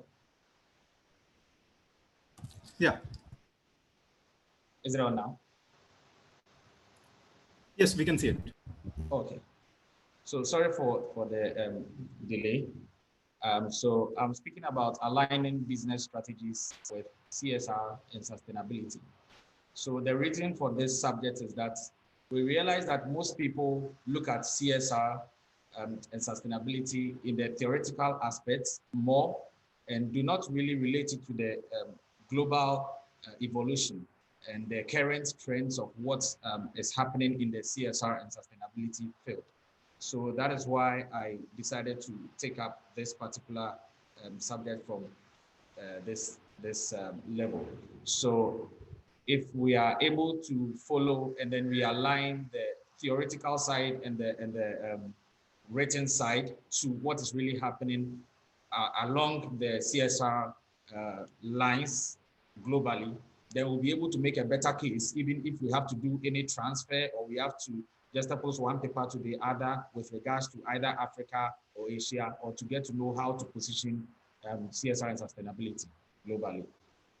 This is just an introduction that I will just be giving on. So whilst talking about sustainability, probably you do a business plan or a strategy plan for your company, you realize that other eventualities will set in and other parameters will set in aside whatever goals that you've set regarding your corporate social responsibility and sustainability. Now, this is the COVID-19 interventions that I did for Vodafone Ghana. And with regards to sustainability, how are you able to align such that the business goal or the strategy of the business is hit by a pandemic or is hit by a particular atrocity, and you are able to still work or operate within the line of your sustainability or your sustainable goals? So there has to be your general overview or the general holistic plan that ties into the business, so that when there is any such eventuality, you do not waver or you do not go off the trends that the business is operating. So as I go deeper, I'll trickle down and let you understand how come we are able to get the interventions that we did during the COVID-19 pandemic, how we are able to align it with the business strategy. In this, we have from the top there, we did the COVID shelter unit. You know, most of the women that are abused in their relationships, in their homes, we devised a strategy that we are building a shelter for them so that, you know, most men were not spending time at home and all that. So during the lockdown and people were having casualties at home, we realized that if there's a shelter for counseling, there's a shelter that women and other people that feel abused can transit through. So they come to that shelter, there's a digital center, there is a playroom, there is a council session. So we were able to partner with an NGO, that's the ACT Foundation, to put up this center, and it helped to bring people out of this situation during the COVID. And how sustainable is that with matching it to the business goals and also with the goals of the CSR imposition. We also helped to get 3 different people that had an accident. They were sisters that were traveling and had an accident also because of the COVID. They were moving away from a particular area. How we were able to come in and also tie it into our sustainability plan. And also the various donations that we did also to how to select the various people sustainably so that it will not look like a political placement or something that is in the human interest that is off the business goal. And then also, last but not least, one of the pictures you could see a Zoom call. So try to reach out of the region where I am.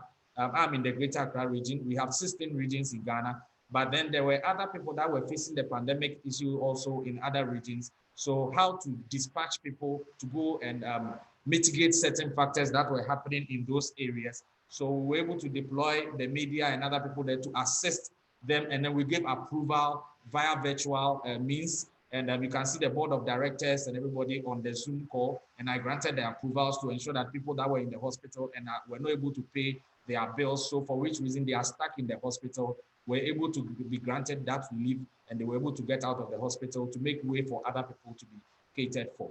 So we look at all these projects and we look at how we tie it into our business goals so that when you are presenting any paper or any document, it does not veer off the theory side too much from the practical side. Otherwise, we'll end up making a theory that may not maybe placementally be able to fit into the well realized, practicalized goal. So I'll just begin quickly and just go on quickly so that we can finish on time. So now this one talks about your business theme. So among the things that you need to place on your paper probably today when you are doing a realistic goal or positioning for a CSR sustainability strategy to ensure that it is well placed in your business is to ensure that your business objective is well positioned. So what is the objective of your business? For instance, if there is a waste management company or there is a hospital or there is a microfinance company or there is a telecoms company, each of these people's business objectives will differ. And in as much as their business objectives will differ, will also inform the kind of corporate social responsibility and sustainability deployments that you need to deploy for them.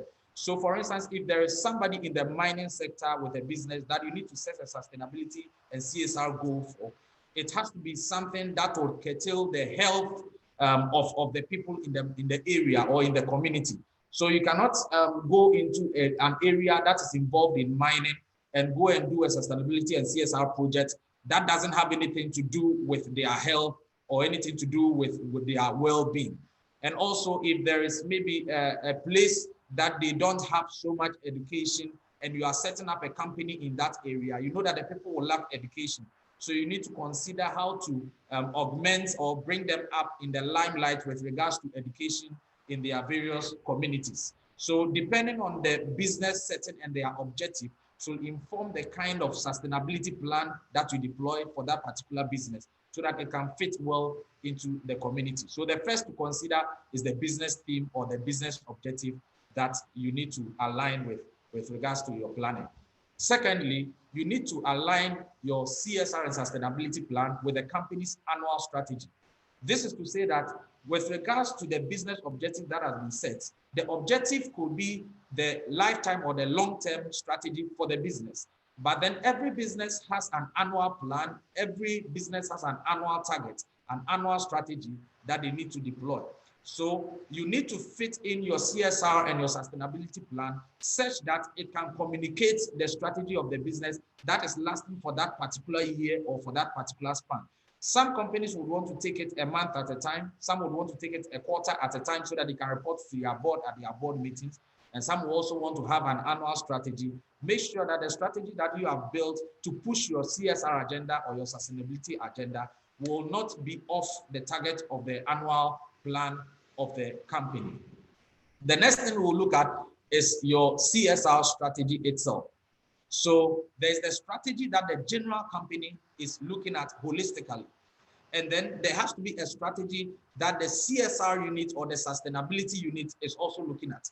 So for instance, yesterday we did a presentation here in Ghana, and we are looking at the current business strategy or for the month of September for Vodafone and the business unit is to make sure they make sure that SMEs are able to come out strongly in their space. So the SMEs that are coming out strongly in their space has to do with people or entrepreneurs that are coming out in the communities in smaller units. So they are sponsoring and helping these people to establish their businesses. So yesterday we did a presentation on the CSR side, that is my unit. And this presentation was for mothers that are needy in hospitals. And these mothers are people that have given birth to fresh babies. And some of them are into petty trading. Some of them are into different kind of minute operations and also different SMEs. Now, if they are in the hospitals, they are not able to drive their businesses well, or they are not able to come up with their businesses. So in line with the business strategy of Vodafone Ghana, I look at it that if these SMEs are supposed to progress at the business level, then with my CSR, I can also strategize and put in an activity that will leverage these people that are in the hospital so that they'll be able to come out of the hospital happily. They'll be able to also tie onto the SMEs that are being projected on the business side. So I use the CSR to also push the people to understand that we are in the community to help them leverage on what they need to become. And when you are able to draw that brand affinity with the people in the particular location, they're able to draw also a synergy with a business plan that is also moving alongside. So you need to have a CSR activity, and also what portfolios do you leverage on? So on my portfolios, I leverage on connected health, which also leverages at the group level or the group goal. So Vodacom in South Africa and Vodafone UK also leverage on connected health and then connected education. So these are the portfolios that I operate.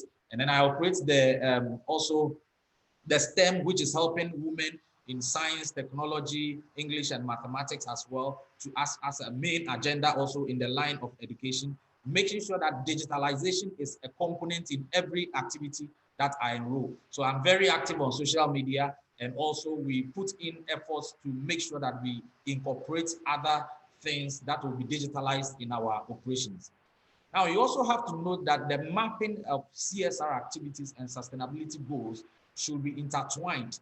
So you should make sure that you are not just deploying a CSR activity, but whenever you draw a CSR activity, make sure that you have a sustainability goal that goes or ties along with it. Make sure there's a sustainability plan that is attached to the CSR activity. In this sense, you are looking at what informed the kind of CSR activity or the CSR goal that you are drawing. And during the time of the activation of the CSR activity, what are you expected to deploy?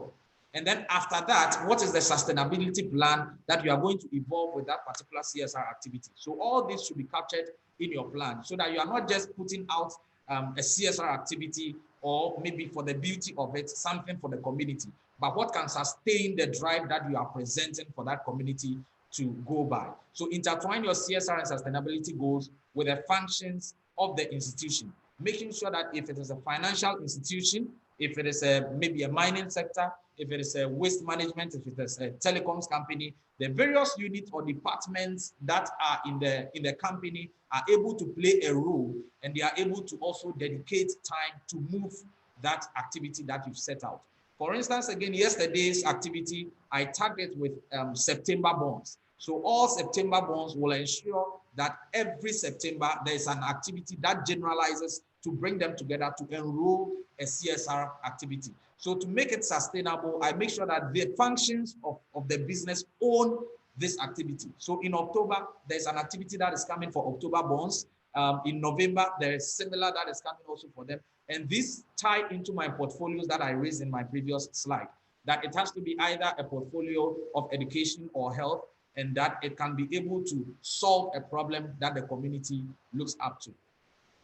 Next in line, we look at the sustainable elements. So what are the sustainable elements that will make our goal or our CSR sustainable? How can our CSR be such that people can plug into it and there can be significance for it? So it has to come to the point where the community can understand that you are in for a community goal. Meanwhile, the business also should see that you have a goal that is serving the business as well. So how do you tie that into it? First and foremost, you look at your company goal.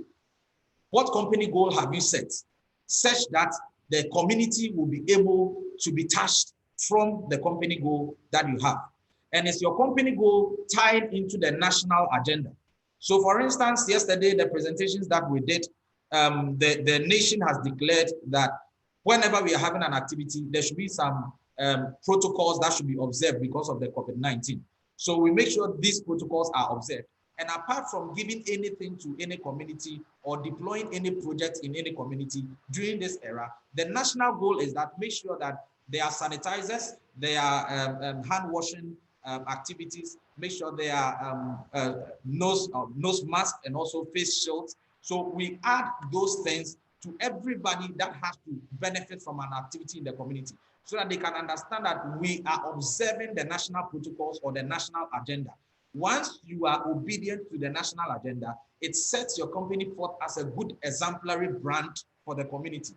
For them to know that if you are able to respect the national goal, then they will also respect the goal of your company. So they drive the activities of your CSR as well. Then again, what can be another sustainable element whilst you deploy your CSR activity is that there is the SDG goals. So you ensure that whatever your national agenda is and whatever your company agenda is, it ties into an SDG goal to alleviate poverty or to solve a maternal mortality issue or to curtail poverty or to what particular problem are you solving that the development goals can also tie into. If that is the case, it is able to attract partners that are significant to drive the goal that you are driving. And at the end of the day, you are able to get a good stand with the various communities that you serve and also get you very sustainable. Next important thing that you need to consider when you are having such an activity is a SWOT analysis. I'm sure a lot of you are open to the SWOT analysis. And in this, you need to understand that they are in 3 different dimensions. The first dimension is about the company itself. The second dimension is about the activity that you are rolling out. And the third dimension is about you yourself, that is enrolling that activity. So you look at the strength of yourself. What can you do?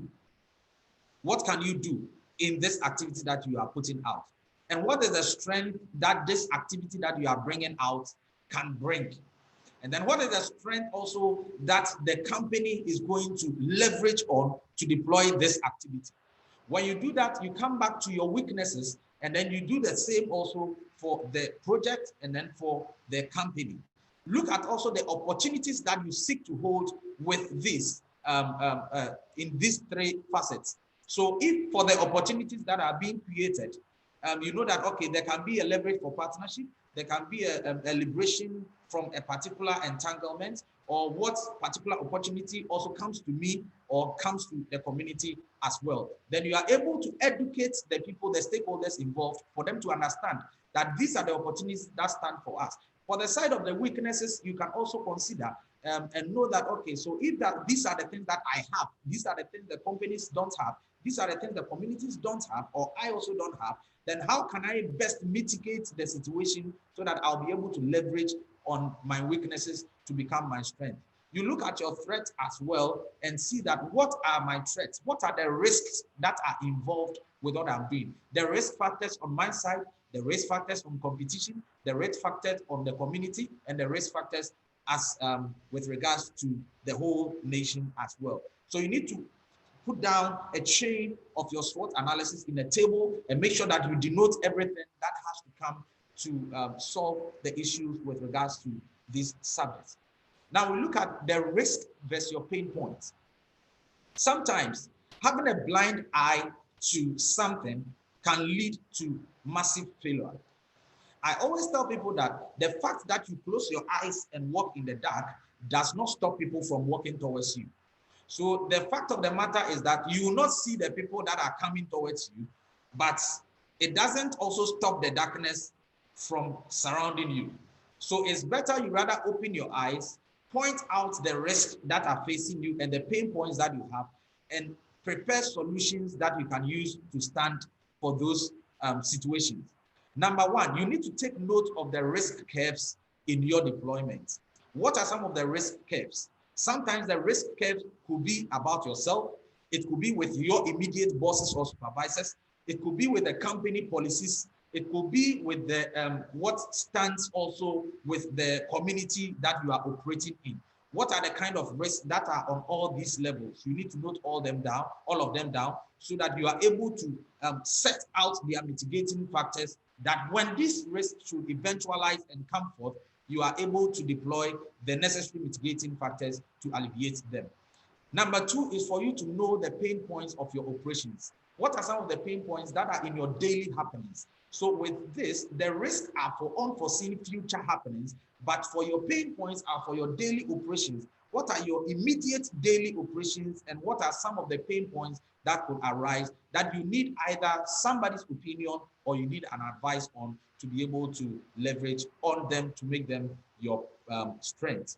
The third point is that do not hate competition, but learn from competition. Most times the mistake we make also when planning our CSR and sustainability is that we look at what competition is doing and we would want to do something to counter them. CSR is not about countering, it's about having a heart for what you are doing. So I always tell people that CSR is a culture. CSR is part of life. Sustainability is something that you should prepare for yourself as an individual. For instance, in a typical case of waking up and brushing your teeth, if you want waking up and brushing your teeth to become a lifestyle, you have to make it sustainable. How do you make it sustainable? Make sure you always have a toothbrush. Make sure you always have a toothpaste. Make sure you have programmed in your mind that you are always brushing your teeth before you step out. So these are efforts that have really been put out consciously by you. So you need to ensure that you have to make a conscious effort that if you need to enter into a sustainable planning, it is not about competition, because if tomorrow competition is not there, how would you sustain what you have planned for your CSR? Reverend, so make sure that you do not face competition, but you learn from competition, and know that the more you learn from competition, the more you are able to present yourself at a better place. Excuse me, Reverend, if you could,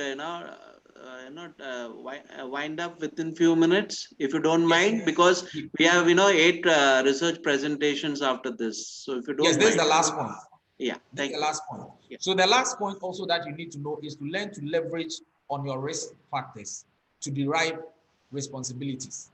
So you need to learn and leverage on your risk factors. Make sure that you are not scared by the threats that come while you are doing your planning, and also make sure that you are able to contact people that are involved with the deployment of your CSR and your sustainability. If you are able to do this, then once there are any bottlenecks or holes that emerge from your deployment, you'll be able to fall on these people as a backup. Then they can be able to support your sustainability plan. Thank you very much. And if there are any questions, I'll be glad to take them. Can we have any question? Anybody would like to ask? If we can have one question before we go back to the research presentations.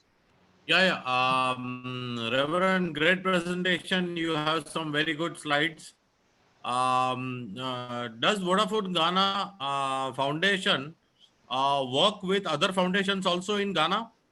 Do you have alliances with other foundations also? Yes, so that is where I was talking about the collaboration, where you're able to identify the people that plug into your CSR and sustainability objectives.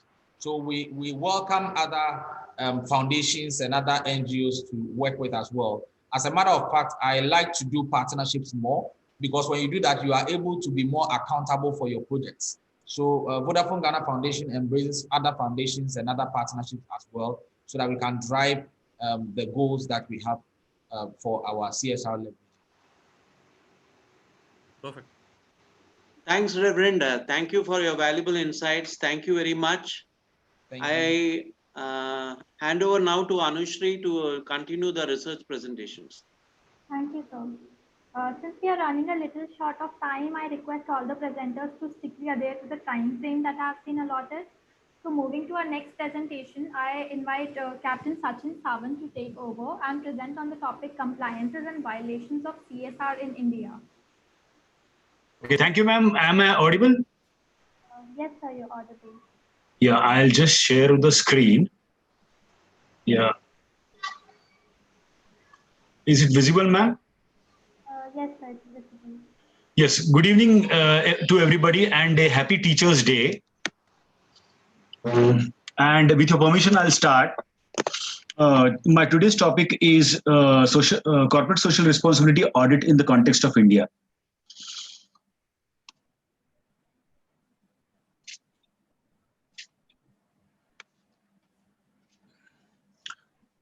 Introduction. I would first like to mention the amendment of 2013 Companies Act made India the first country across the world to make CSR mandatory. This step enabled several businesses in the country to invest their profits in diverse areas such as gender equality, poverty, education, and hunger as an element of compliance with corporate social responsibility. It is an aspect which has been helping India in different challenges which our country is facing today. The expenditure of companies in fighting coronavirus will be validated under the CSR activities. In this case, funds could be spent on different activities which are related to coronavirus when it comes to the promotion of healthcare services. The CSR auditing standards employed in the article include quality assurance and control, audit team skills and management, professionalism, independence of social audit unit, code of ethics and independence, just mentioning a few. Before the implementation of the Act, corporate social responsibility was voluntary for any company. Although the companies in the countries needed to disclose the spending on CSR to the shareholders, research indicates that corporate social responsibility is not limited and includes diverse projects whose activities are stipulated by the Companies Act.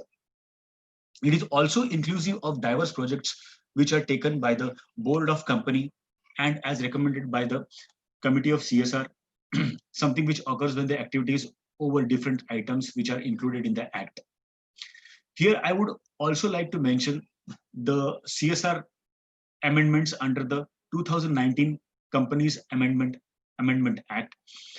Before the Act was implemented, a company would carry amount to be spent on CSR to the following fiscal year. If it could not fully spend the funds in its current fiscal year, the unused money would be added and used cumulatively with the money allocated for that year. Indeed, the new Amendment Act requires a company to deposit the unused money in an account stipulated under Schedule 7 of the Act at the end of the economic year. The amount deposited is supposed to be used within the first 3 years after the transfer date, and failure of this, the cash should be deposited in a specified account. The new law advocates for imprisonment or monetary penalty. In a case of company does not comply, an officer from the defaulting company is liable to be imprisoned or a fine of $7,023, that is INR 5 lakh, or both. In this case, it should be noted that the government is reviewing the rules subjected to the companies concerning the term jail when they violate CSR requirements and is yet to make them operational. The methodology of CSR. Corporate social responsibility includes diverse procedures which are employed in assessing the impact of an organization on the society and the elements of evaluating the responsibilities.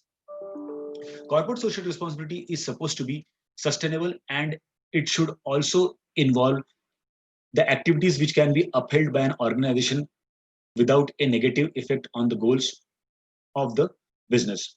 Notably, most companies in India are sensible when it comes to taking part in different initiatives of corporate social responsibility and integrating them in the process of business.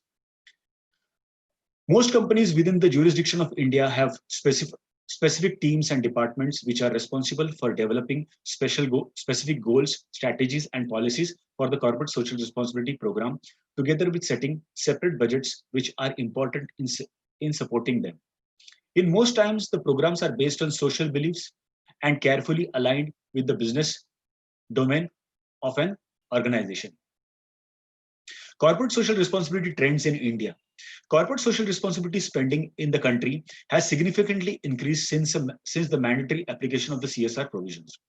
In 2018, the companies in India spent 47% high percentage than the amount in both 2014 and 2015.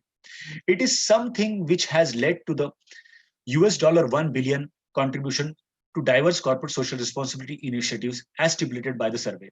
Most companies listed in India spent $1.4 billion, INR 100 billion in different programs ranging from the conservation of the environment, healthcare, social welfare, skill development, and educational programs.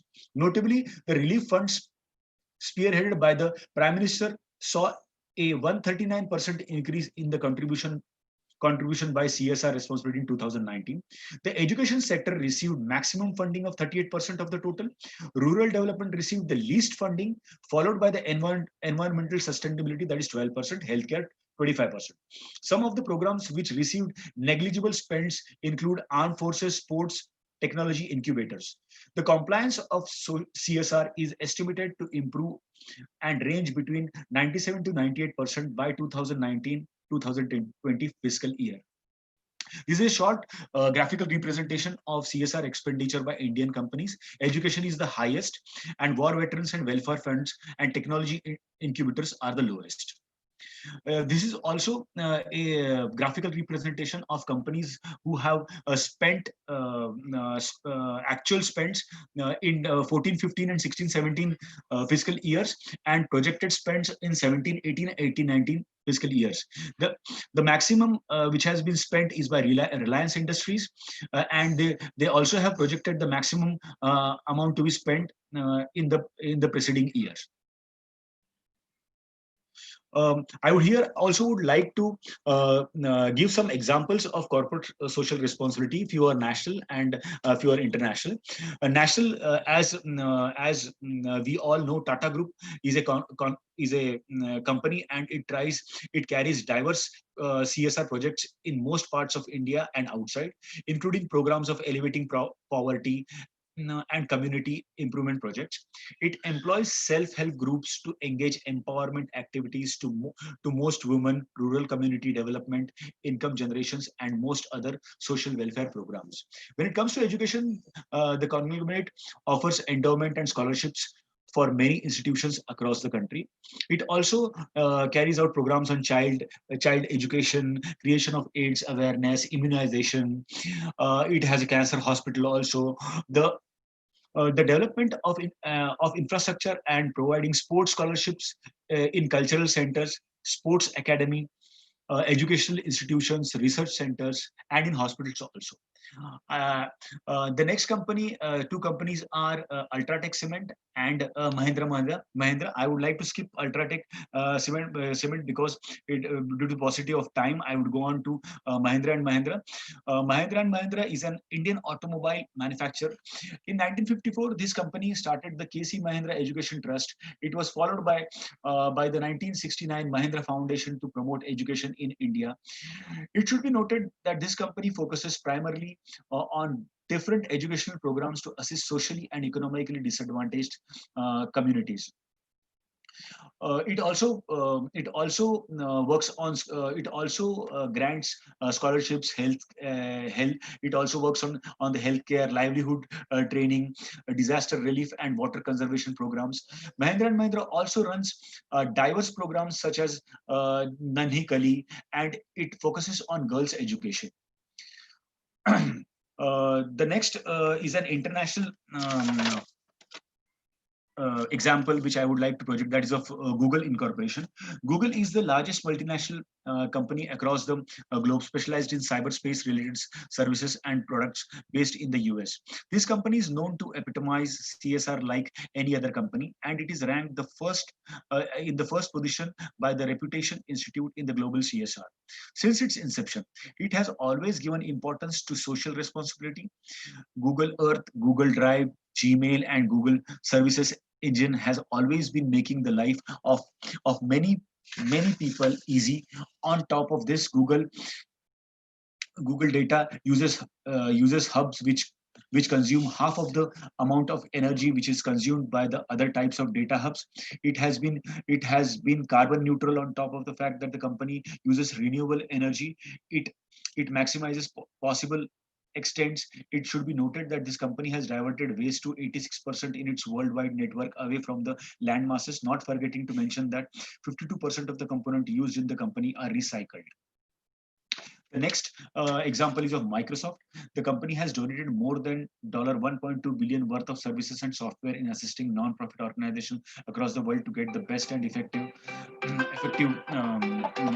skills and technology, which is required in current digital economy. This giant tech company has also implemented increasing digital inclusions, transferring education and innovative projects in healthcare, amongst other aspects in different areas across the globe. For instance, the company donated $158 million to serve the local societies and the world at large. 44% of its electricity is harnessed from natural resources such as hydroelectricity, wind, solar power, which translates to 20 to 30 low energy consumption for air cooling techniques. The next, I would just like to show a slide which shows that R&D forms a major part of CSR, and India in this range stands at the 16th position, where Germany is at number 1. The average top 1,000 companies 2018 R&D spent by countries. In conclusion, I would like to say that a smooth running of a company needs a company to use the scarce resources of the community, the environment, and the people. Companies have the ethical responsibility of returning various benefits to the community in terms of protecting the scarce resources and the environment, charity, treating employees well, avoiding the selling of harmful products to its clients, and putting their lives in danger and delivering quality products. All of these considerations ensure that the well-being of the society and the economy at large are safeguarded effectively. It is difficult for companies to survive without considering the CSR activities, because most stakeholders prefer businesses which are not only ethical but also involved in different CSR involvements. Social auditing and CSR are critical aspects of ensuring long-term sustainability for most companies across the globe. Sorry, I have overshooted the time. This was my first paper. I request you to go ahead with your second paper, but please keep It's short. Yeah. This will be my second paper is on CSR compliance issues and violations. India was the first country in the world to announce corporate social responsibility as mandatory, and the amendment of the Companies Act 2013, as I had specified earlier. As a matter of fact, CSR in India is today aiding the government efforts in fighting the COVID-19 pandemic. The notion of CSR is not only embraced in India, but also in different parts of the world. In general, CSR holds that any business has a responsibility to itself, workers, customers, shareholders, and the community. Despite the embracement of the concept of CSR in India and in global context, there are various compliance issues and violations around CSR. This paper seeks to identify and discuss some of the CSR compliance issues and violations in India and the world at large. Compliance issues and violations in Indian context. The ever-growing concern over the concept of CSR in India has raised issues, leaving many with the question of whether CSR is a harassment tool or a performer improver. Recent changes in the Companies Act in India has raised lots of anxiety. In India, CSR violations now mean heavy fines ranging from 50,000 to 25 lakhs. Besides, CSR compliance violations may mean imprisonment, which is under consideration. It might go up to 3 years. According to Nirmala Sitharaman, the recent amendments in Companies Act seek to monitor the practice of corporates, ensuring that they are responsible for what they do. Arguably, the new provisions have received mixed reactions from different people. Mahapatra, however, argues that these changes in the Companies Act 2013 would improve companies' responsibility and hence the adherence to CSR. Arguably, India's top companies are doing well in terms of CSR compliance. The graphical representation of India's top companies will clearly depict the efforts and responsibilities paid by the companies towards CSR. If you see in the financial year of 15, the projected spent was 6,490 crores, and the actual spend amount was 5,115. Same in 17 and 18. If you see the last financial year 18, which I have shown, that is 18, the depicted cost, the spent cost was more than the depicted cost in India. So the trend shows that it is on rise. The spending on CSR is on high rise. As in my last presentation, I had shown that Reliance was on the foremost. Recent CSR issues in India. The case of Nestle is one of the recent CSR violations in India. The problem is that some Nestle products offered to customers were realized to be adulterated. Some of the products, including Maggi, Nestle Baby Milk, Nestle not only had issues in its product, but also in the way it treats its employees. Employees were said to be paid less than their potential. The company therefore failed to consider its employees, but concentrated in making profits. The Tata Group is another company involved in CSR violations. The company has initially been considered insignificant advocate of CSR, but however, the Singur project in West Bengal got many things wrong and impacted the community, and it was a diversion from CSR norms. Considering the case of Imperial Tobacco Company, which is into cigarettes, and how it is subsidizing other FMCG from revenues earned from tobacco. Prolonged smoking of tobacco is harmful to human health. Therefore, ITC business conduct violated CSR. In global, I would like to mention there are companies like Coca-Cola, Apple, Walmart. Notably, case of compliance issued around Coca-Cola company is the boycotting it faced in India as a result of CSR violations, increased droughts in India. Informed the local communities boycott of the company. Insights from credible sources indicate that Coca-Cola company was involved in conflicts following a report by the Indian NGO Center for Science and Environment in 2003.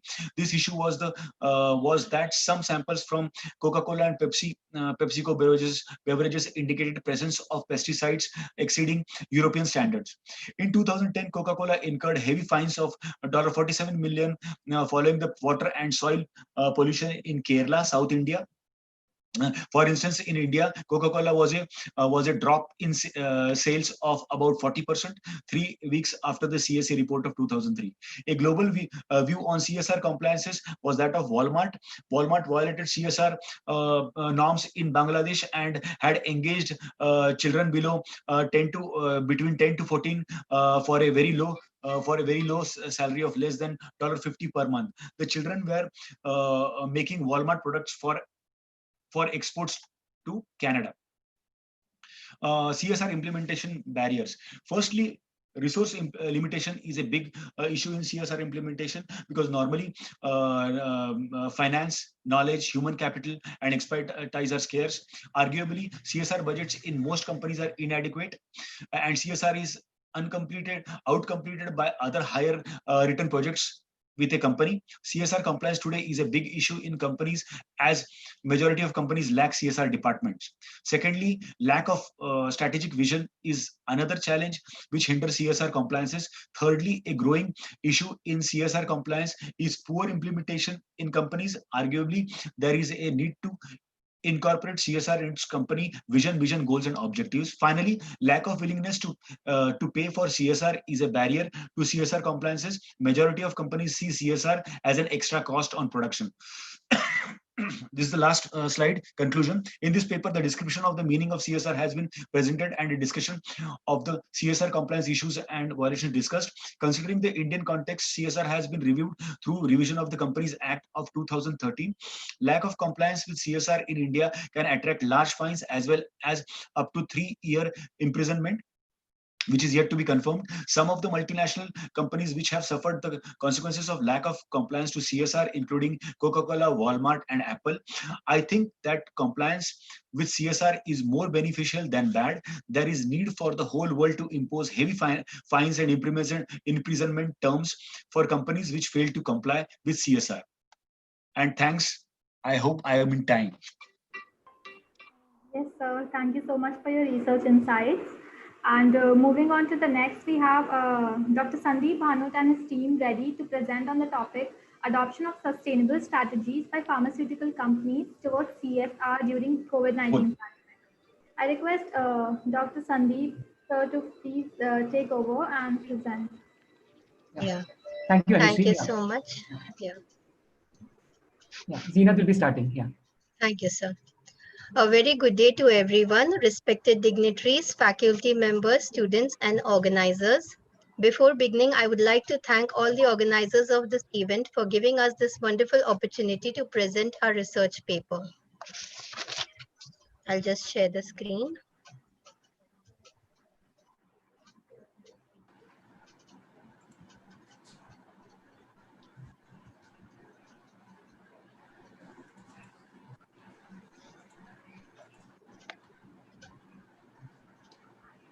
Is my screen visible?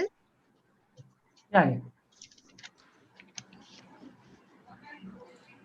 We, the students of SIES School of Business Studies, are pursuing our MBA in Pharmaceutical Management under the guidance of our beloved Professor Dr. Sandeep Bhanot, myself Zeenat Kazi, along with my teammates Gautam Iga, Shweta Diorukar, and Tejal Sharma, would like to present our research paper on adoption of sustainable strategies by pharmaceutical companies towards CSR during COVID-19 pandemic.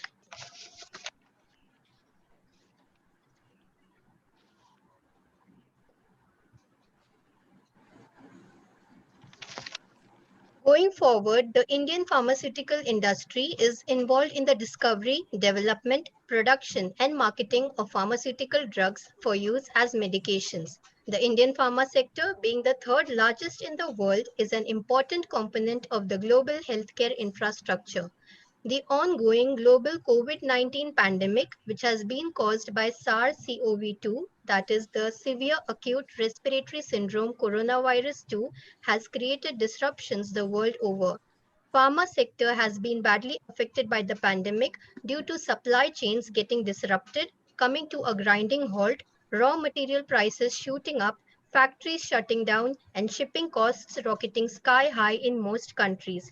In spite of these difficulties, the pharma companies did not compromise on their corporate social responsibility and made use of various strategies for CSR in the wake of the pandemic. We will also study how these strategies had an impact on the medical fraternity, patients, and the general population in the further slides. Going forward, the main objectives of our research included studying the sustainable business strategies adopted by various pharma companies, the contribution made towards CSR during the pandemic, and the impact of the strategies adopted.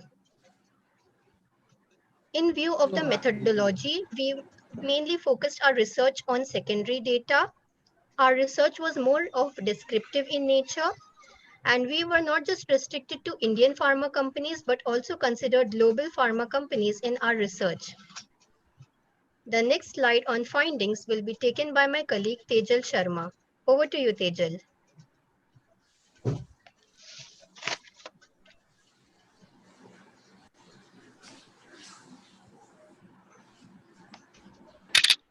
Am I audible? Yes, Yeah. you are. Yeah. So I would like to begin with a quote. History of humankind that those who learn to collaborate and improvise most effectively have prevailed. This is a quote by Charles Darwin. That a lot of companies have collaborated with the others to be able to ensure that they have reached the masses with their treatment. I would state a few. Regeneron and Roche, they join hands together. Regeneron is an innovator. They have come up with a vaccine and they have joined hands with Roche to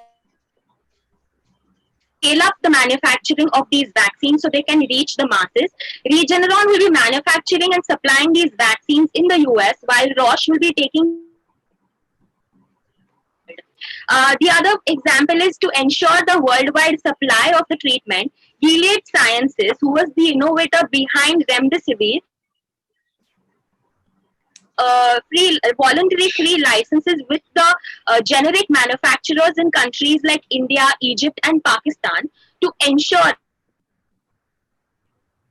the masses when most in need. So under this license, they are allowing the transfer of their manufacturing technology to these countries to is manufactured efficiently in a large scale and is reaching the masses. Collaborating on with their technology on a vaccine, Sanofi and GSK. Sanofi is contributing its technology of recombinant DNA technology they used to make a vaccine against influenza. As GSK is adding an adjuvant vaccine to it. An adjuvant vaccine is one which would help reduce the amount of protein required, as ensuring more number of vaccines to be made and ensuring that it is reaching the masses. In case of making the pricing accessible, and Johnson have pledged to contribute a few millions of doses with the US government. So on and these would be given free of cost to the Americans. Further, I would request Shweta to continue the presentation. Thanks, Tejal. Am I audible? Yeah, you're audible. Yeah. So I'll take you briefly through the various initiatives that are taken by the pharma companies in India and internationally. I'll begin with Dabur. The Dabur Group committed 21 crores in the wake of COVID initially on 7th April 2020 towards the relief efforts to the most affected during the pandemic, that is our migrant workers. Moving forward to Cadila Pharmaceuticals, the Kakabai Hospital is the CSR wing for Cadila Pharmaceuticals, which in association with the Gujarat police officers in Dholka, in the wake of COVID-19, conducted multiple free checkup camps for people who couldn't afford medicines and also distributed these medicines for free. They also, at minimal costs, were providing medication for those who couldn't afford it.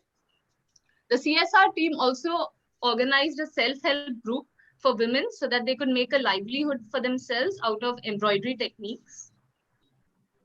Moving on to the pharma giant Torrent Pharma.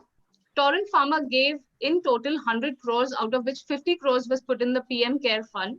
An additional 50 crores was given for various initiatives that was utilized to provide essential medicines to various government hospitals and NGOs working at the root level to avoid issues arising from the COVID-19 pandemic, and also in providing PPE for healthcare workers working at the front line. Next slide, please, Zina. Yeah.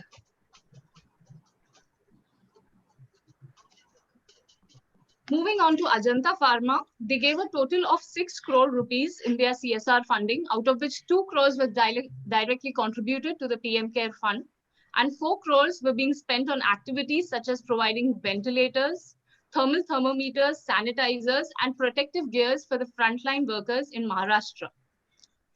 Sun Pharma committed and donated 25 crore worth of hydroxychloroquine and azithromycin and other related drugs that would be helpful for the COVID-19 pandemic, and also provided hand sanitizers. Moving on to Bayer, Bayer Corp Sciences Limited provided free supply of more than 2 lakh 3-ply face masks in hospitals in Mumbai, Hyderabad, Delhi, Bangalore, and 2,000 units of N95 masks and protective personal equipment PPE kits. In addition, they also provided nutrition support for 2,000 frontline paramedics and also created an app on which you could self-engage yourself to know your well-being. Moving on to Piramal. Piramal Healthcare offered 40,000 square feet of their training facility to be used as isolation centers. Their initiative of Piramal Sarvajal provided safe drinking water to almost 7 lakh beneficiaries daily through 627 plus water ATMs that were further collaborated with smart cards to keep it contactless and pure. I now request my colleague Gautam to take you further through the other companies. Thank you. Thank you, Shweta. So further going with the GSK. So GSK has donated $10 million to the COVID-19 Solidarity Response and Fund delivered PPE and test equipment. So they have used a consumer friendly test. They have developed it with the active COVID-19 and using a CRISPR technology. Moving on to Glenmark. Glenmark has collaborated with Rise Infinity Foundation, provided its market leading candid dusting powder to 50,000 police personnel who have been working day and night for us in this COVID situation. And they have also conducted medical checkups for 400 plus local law enforcement personnel. Glenmark has also collaborated with Maharashtra Pollution Control Board and UNICEF and trained nearly 1,000 sanitary inspectors. Moving on to Dr. Reddy's, they have supplied hydroxychloroquine propofol directly to the hospitals hit hard by the pandemic and distributed nearly 25,000 meals a day for those facing financial hardships, and also donated dry provisions to the 20,000 families in need across the Telangana and Andhra Pradesh states. Coming to the Alexan company, they have donated lab equipments and instruments to enable performing domestic testing and sample preparation. At the same time, the research to help meet COVID-19. Next slide, Zinat. Yeah.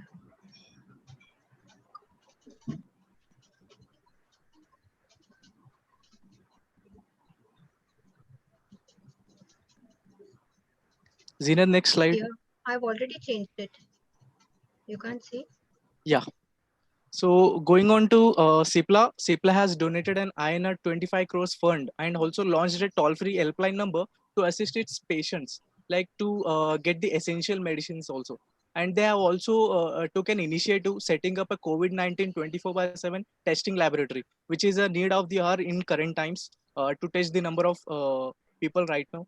And going on to next, the Johnson and Johnson company, they have donated over $3.7 million, which has provided in terms of PPE kits for frontline healthcare workers, including goggles, the protective suits, and sanitizers. They have also developed a single ventilator to be fitted for use by 2 rescuable patients for ventilatory support during COVID-19 in terms of combating the shortage of the ventilators. Moving on to the Abbott company, they have received CE mark to IVD, a directive for its lab-based serology blood test to detect antibody and IgG. And Abbott's antibody test is being deployed across India, showed reliable results with 99.6% specificity and 100% sensitivity. And coming on to the Mankind company, they have collaborated with NGO called Turn Your Concern into Action, which they have helped stranded migrant workers on highways in India by providing them cash relief, food, and transport facilities also under its project Ghar Ki Aas.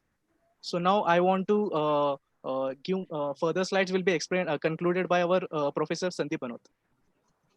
Yeah, good evening, everyone. Just to conclude as to what my other team members have said, the pharma companies have been going like all the way on the call of duty with a non-profit objective so that they can serve the society with all their might. And they are trying to align their business as per the pandemic situation. And this has really helped to reduce the miseries of the people and given a very positive effect to the society. And this has really put a very good impact on healthcare workers, doctors, hospitals, patients, and the society at large. So this has really helped in collaborating and working hard to bring out a vaccine for COVID-19 as early as possible. And many companies are really working day and night to come out with this. Okay, yeah. And the next slide shows the references which we have used, the various papers and articles from which we have collected data, the team members. And finally, after references is the time to thank everyone, especially the organizers of the conference, and a special thanks to Vigyan sir and the CSR team, comprising of Surekha ma'am, Lalita ma'am, Rajesh sir, and our student moderator Anushri also. And last but not the least, a very big thanks to my team, without which this presentation would not have been possible. So thank you all, everyone. Thank you for providing your insights on a very, very relevant topic. Our next presenter, I would like to invite Dr. Rajesh Kumar Pandey, along with his co-author, Ms. Anjali Mishra, presenting on the topic, A Study on Frugal Innovations and Startups in Indian Context. I request Ms. Anjali to please take over.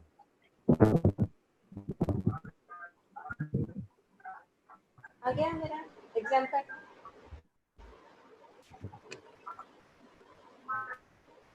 Anjali, are you with us? Good evening, everyone. Yes, This is Dr. Rajesh Pandey. Anjali, you can start the presentation.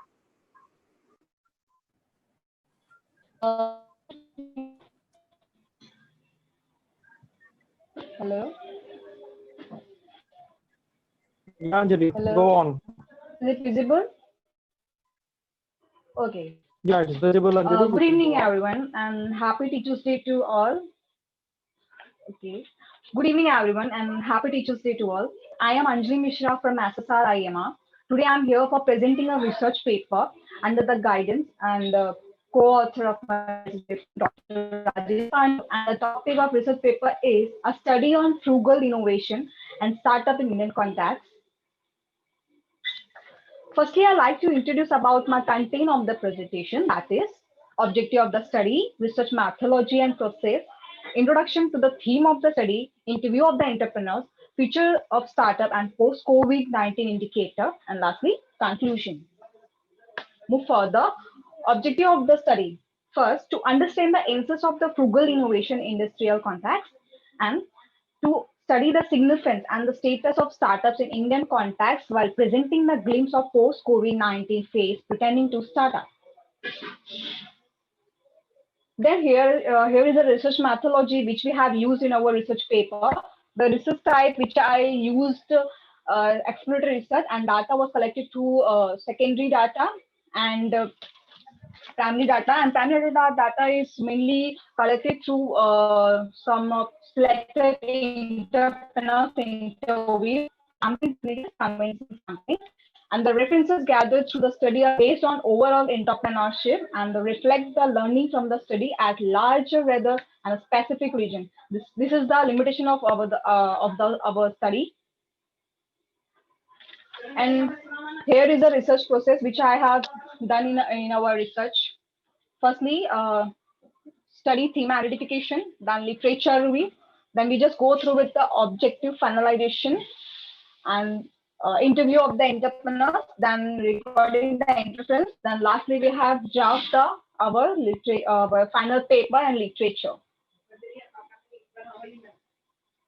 So we have just gone through for our literature work. We have just done some of the research paper and go through with some of the article which was get to know about what is frugal innovation and startups. So what is frugal innovation? Frugal innovation refers to the word frugal engineering. It is the process of reducing the complexity and the production of goods. In simple terms, if I say frugal means jugaad, that means more and more with a fewer resources. Many of the entrepreneurs are adapting a frugal innovation to unforesee the situation in an intelligent way. And we also do the frugal innovation in our daily routine. And move further, Startup India. Startup India is one of the best initiatives by the present government, which is started in 2016 in order to promote the startup and entrepreneurship culture in India. Their programs help India to transfer in a country of job creator instead of job seeker. As we know that to industrial policy of the government, a startup is an organization which is not exceed more than 7-year-old, and for the biotechnology startup not more than 10-year-old, and the turnover must not be more than 25 crores. Then as a part of our research methodology, we also take some of the interview of the entrepreneur. So first interview of Mr. Sagar. Mr. Sagar is the CEO of Color India, which is situated in Vapi and established in 1988. He always focused on quality customer rather than risky and unwanted. He export their product for better prospectus, and for the innovation aspect, his company moved from solvent based to water based paint. For the upcoming interview, he also suggested many more things, and he recommend that working for yourself rather than working for other. It helps you more and more in your future.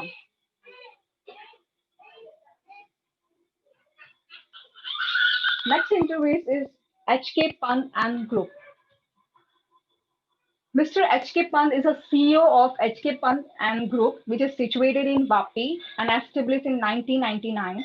They are in 3 vertical business, that is being by H.K. Pant and Associate, advisory services by the name Hemant Pant Corporate Advisory Service Private Limited, and Alpha Advisories. He has a franchisee format for their business in taxation and wealth management. At the time of COVID-19 pandemic, their company guided many of the people to take the insurance for make a safety because of the coronavirus. At the time of the today era, if I say, they had done many innovative aspects. Earlier, they work on the tele, and gradually they work on the cloud system, which help their employee to work from home system. Move further, there is a third interview, Sam's Alive Again. Dr. Sangeeta Menon is the owner of the Sam's Alive Again, which is in Vapi and established in 2016. For the innovative aspect, she has made the aim that healthy food can be can be a tasty, which is mean that in her cafeteria, they provide the variety of salad, and they also provide the weight loss salad with a variety of taste.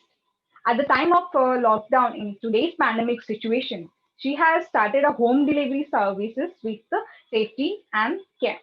For the upcoming students and for the upcoming entrepreneurs, she suggested that start work on your dream rather than just wasting your time, because time never comes back.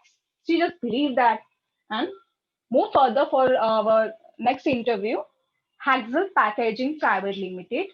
Mr. Neeraj is a managing director of the company, and the company is situated in Vapi. Established date of the company is 2016. They claim to be the more dynamic company in the Indian honeycomb industry. With the respect of the innovation, they have recorded over the year a new way of marketing, and they always focus on a long-term plan and innovative material. And their products are easily recyclable and biodegradable. Here are some of the example startup and their respective practices. Firstly, the startup name is Think Sustainable Lab Private Limited. That the product of the startup is Ulta Chhata, and the innovative they have done sustainable engineered product that purify water, simultaneously create energy, and secondly, it produces a 1.5 kW on a single charge. Second, Chai Thela, the establishment date of their startup 2015, and the product of the startup is beverages.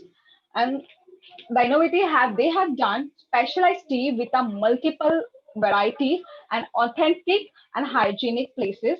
And there are the many of other startups name and the product of the startup which we have gone through for our for knowing the more and more about their innovative aspects and what they have done. Move further. Here is the slides of future of startup and post COVID-19 indicator. So according to our economics time, According to our economics time, India's startup sector is wounded due to business disruptions caused by the COVID-19 pandemic, with 9 in 10 startup registering a decline in revenues and a little over a third halting operation temporarily or permanently, according to a survey by Technological Industry Body. The study highlights that the future of startup shall have the digital profile. The ventures will have to work on their market reputation and for their goodwill. They also wanted to focus on the digital and the high technology product which create the interest in the market, and they also take over the mindset of the today's generation, right? They want to promote their promotions on the social media platform, because the social media like Facebook, Instagram, and Twitter and other apps create a huge attention and constantly think for the innovative product.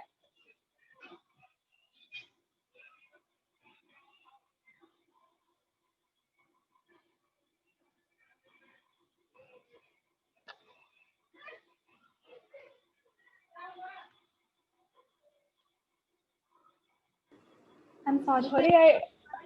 Sorry, I am unable to move my slides. Can you help me? Hello? I guess the control is on your end. How do I help you? Can you try restarting it again? Sorry? Anjali, move up, page up or page down. Anjali, you may help yourself. Don't worry about it. It does happen, technical thing. Don't worry.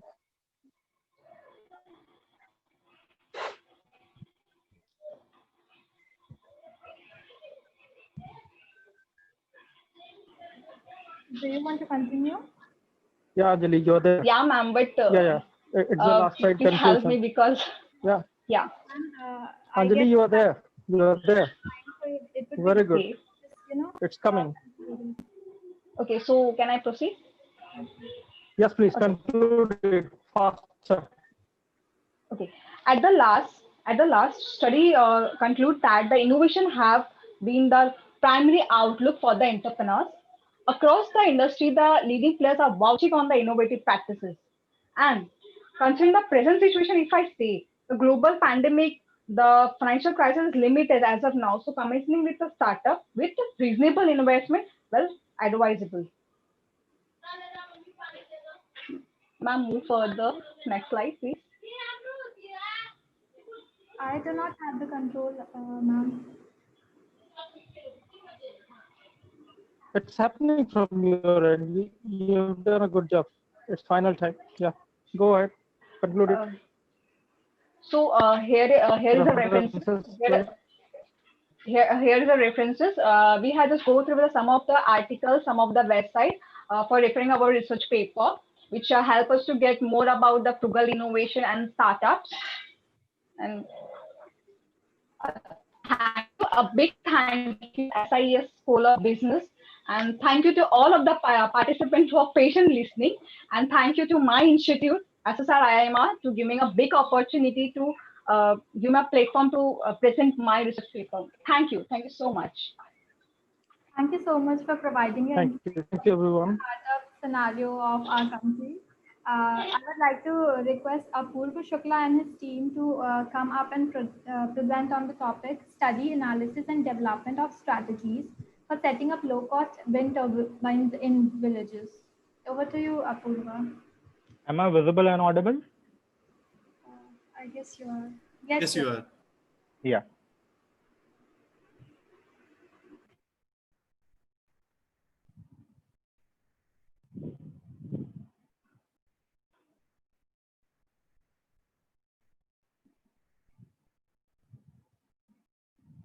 Is the presentation visible on the screen? Hello? Yes, it's visible. Yeah.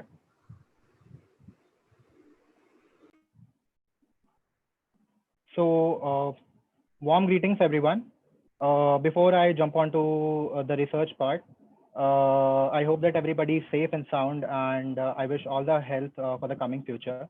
So today we'll be discussing about study analysis and development of strategies for setting up low-cost wind turbines in villages.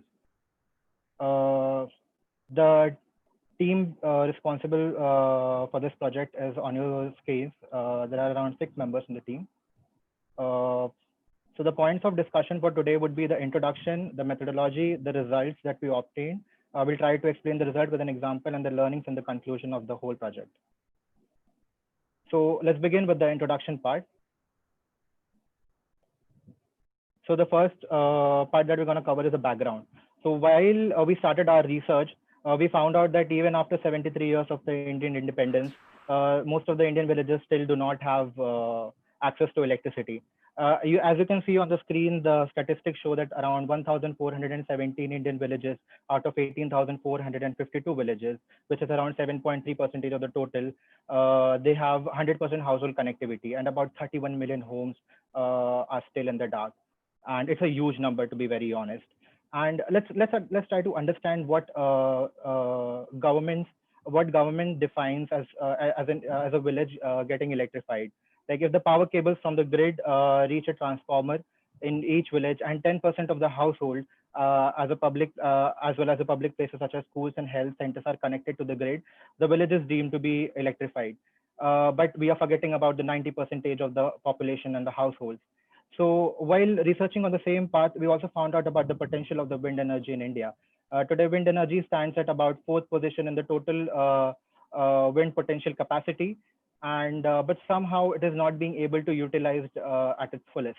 So on the basis of this background study, we define our objective to understand the potential of the wind energy and develop strategy to set up low-cost wind turbine in villages to fulfill the electricity demands of the rural population.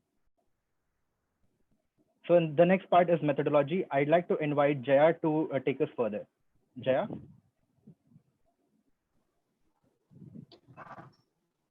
Thank you, Apurva.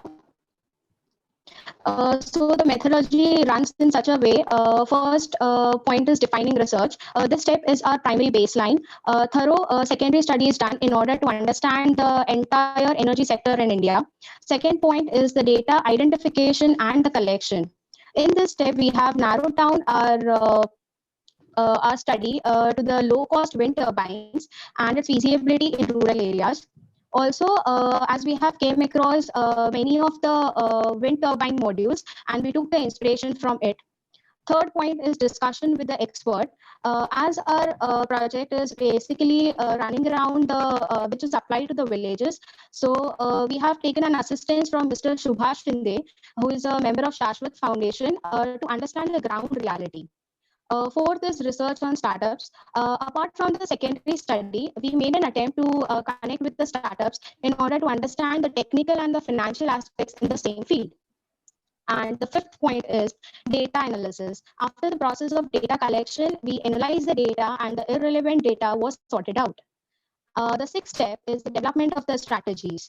After the rigorous and the extensive research, we developed a strategy named as Let There Be Light.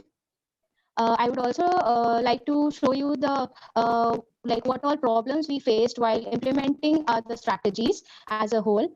So there are some of the problems. First one is the limited primary data. Second is unfortunately, we were not able to go to the village and understand the ground reality due to such kind of a pandemic. Third is difficulty in connecting with the startups. Thank you for my part. And the next slide would be discussed by Ms. Neha.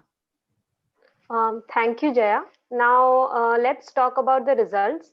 So as a part of our result, we have made a strategy named Let There Be Light, which includes the 7-step plan, which is village assessment, wind turbine selection, and the wind turbine setup, training and development, cost estimation and revenue model, and lastly, the scaling to new heights.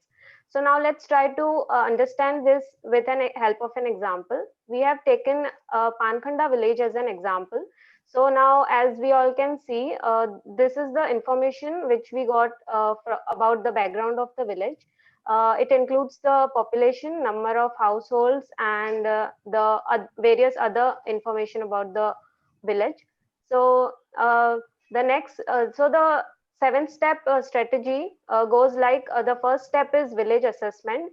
In our research, we found out that the requirement for the electricity in a village is around 39 to 40 units per household. And for the safe estimation, we took 100 units. And the second and third step were village wind turbine selection and setup. So for the selection of the wind turbine, we went ahead for 200 kilowatts to 350 kilowatts wind turbine, depending upon the amount of excess electricity to be produced. And to set up the wind turbine in the village, the land will be given by the villagers, and in return, they will get free electricity till the life of the wind turbine. And the fourth step is training and development. The unskilled labor in the village will be provided with the training so that they can run the operations and other wind turbine related activities. And the fifth step is the most important one, that is cost estimation. So for the total estimated cost of a project was around 1 crore in rupees. And this can be done by a combination of crowdfunding and bank loans. That is the 70% of the loan will be provided by, as a bank loan at the interest rate of 10.5 to 11%, and the rest of the 30% will be brought up by the individuals as a part of crowdfunding. So as also considering the cost for insurance, maintenance and operations, it stands out to 40,000 to 50,000 per annum. The sixth step is revenue model. So in case of Pankhanda, we decided to set up a 250 kilowatt wind turbine, but which will produce 350,000 to 5 lakh kilowatt per hour per year. But the requirement of the village is only 1,80,000. So the excess electricity can be sold to government at a rate of rupees 5 to 6 per unit. And the revenue can be generated of about say 8 lakhs and above, which can be used to repay the loans taken by the banks and also pay the workers who are working at the power stations. And the last step is scaling to new heights.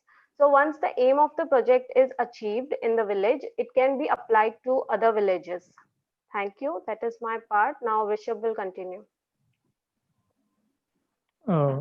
Thank you, Neha, for your kind words. So proceeding further, I would like to give the advantages of these sectors, which are mainly into agriculture. So into agriculture, electricity can be used for irrigation and pumping.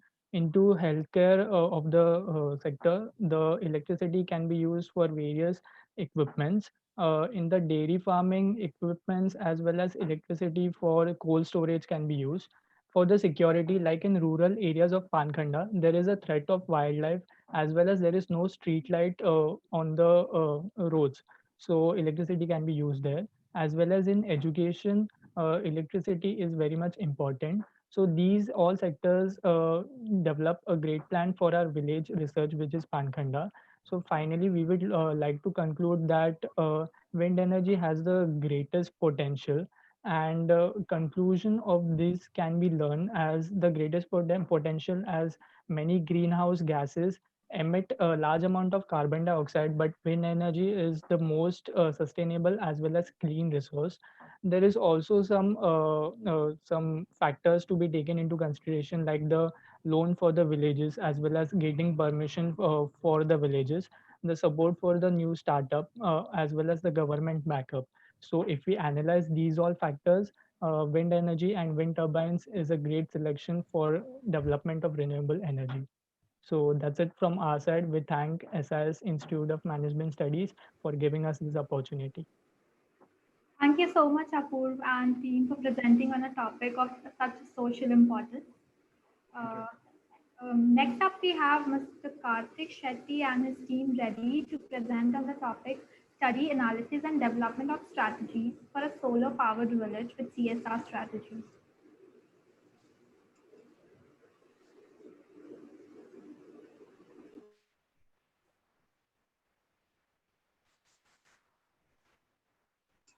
Am I audible and my screen is visible? Yes, you're audible. So hello everyone, myself Karthik Shetty and my team members are Sonali Parak, Inderpreet Singh Saini, Vartika Jain, Sai Kumar. And our topic for this research paper is Study, Analysis and Development of Strategies for a Solar Powered Village with CSR Strategies. I would like Vartika to start the presentation. Thank you, Karthik. The first slide gives the introduction of what solar energy is. So solar energy is capturing of energy and eventually converting it into electricity. There are various types of solar energy plants like solar farms, solar trees, smart plant. Solar farms are large-scale solar installations where photovoltaic panels are used to harvest sun power. They operate as power plants just like natural gas and are used to generate electricity. Solar trees has a trunk-like structure which are built up on a single pillar, and the solar energy technology is incorporated in. Coming back to the background of India, we know that 68% of the India's population come from rural India, and their people are still dependent on coal and wood for their electricity need, and the solar power plants are not even accessible to them. Rajasthan is the only state where they have properly well-mounted rooftop system. Coming back now, talking about the status in Maharashtra, we all know that only 10%, around 10% of the Maharashtra population does not even have access to electricity. Therefore, in order to develop this condition, Maharashtra government is under constant boost to prepare well-mounted rooftop uh, and make use of solar power plants. And so therefore to help them, we created the Atmanirbhar solar village, Atmanirbhar solar model in the village named Pankhanda. When we talk about the basic amenities like healthcare and education, Jharkhand is the worst hit state when it comes to unelectrified schools and healthcare centers. On the other hand, when we go to northeastern side of the country, the people there have developed some strategies to run their schools and healthcare centers on solar power energy. Next slide, please. The next slide says the aims and objectives of the project. The first objective is to study and understand the off-grid solar model and how it is made accessible to the village named Pankhanda. The second is to make strategies to overcome the problem faced by rural India due to electricity. The third and the most important one is to develop strategy to increase CSR contribution. Next slide, please. Now, to understand deeply about the village, we did the survey of the village. We uh, we recognized the target audience. We prepared a set of questions so that we can question them, and the data was collected. And on the basis of the data collected, a plan was made, and the model named Atmanirbhar Solar Model was created in order to generate electricity in the village named Panganda. Next slide, please. These are some survey highlights, which says that the population of the village is 750 people. The total number of houses are 150, and the average population in each house is 8. Also, we came to know that the power cut is twice a day, and the electricity bill per house is rupees 150. And due to irregular supply of electricity, the education, healthcare sector, and employment is deeply affected. Thank you so much. Over to you, Karthik. Thank you, Vartika. After knowing a lot about the Pankhanda village, we started collecting quotation of solar system across Mumbai. We have mentioned 5 vendors in which the prices of vendors are different from each other, and it was in the range of 40,000 to 1,30,000. The quality of the systems are also mentioned. The ones which are near 1 lakh rupees are of good quality and can be reliable. In this technical approach part, we have analyzed the technical like electricity generated per panel, number of units required, and so on. By this analysis, we got to know that 50 kilowatt is enough to light Pankhanda village, and talking about the solar trees takes only 5% land compared to the solar farm. The second approach was financial approach, in which we calculated the total price of implementing the solar tree and solar farm, where we found solar farm is the cheaper alternative, costing 25 lakh rupees less than solar tree. This pie chart shows the price breakup of the cost of each component of the system.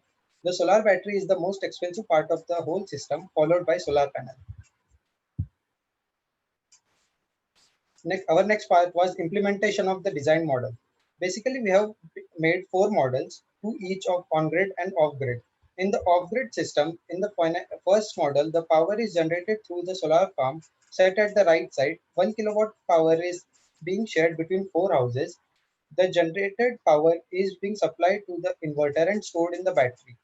In the second model, the same process is happening, but the power is generated through solar trees, and in night or in cloudy situation, when the solar cannot generate power, the power will be transferred through the batteries connected with the system. In the third and the fourth model, same technique has been used to generate power, but there is no storage unit in the system. The extra power which is generated is being transferred to power grids or of government or any private power company, and in the times when the solar cannot generate power, then power will be transferred through these grids. I would like Sonali to continue the presentation.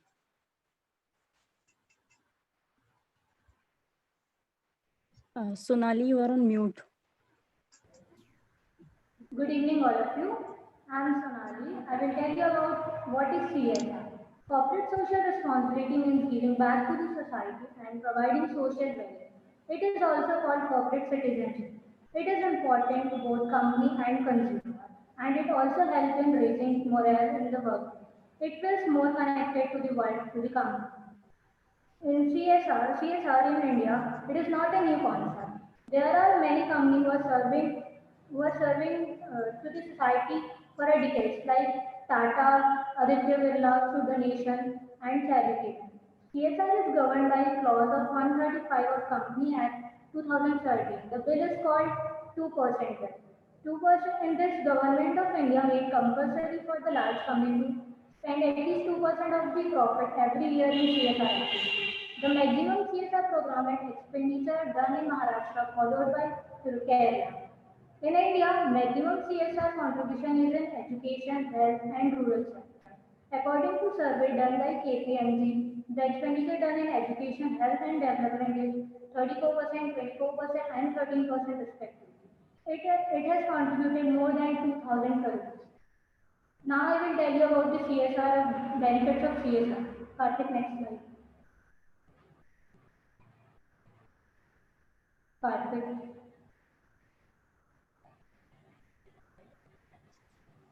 I am not able to move my slide. Hello. Hello.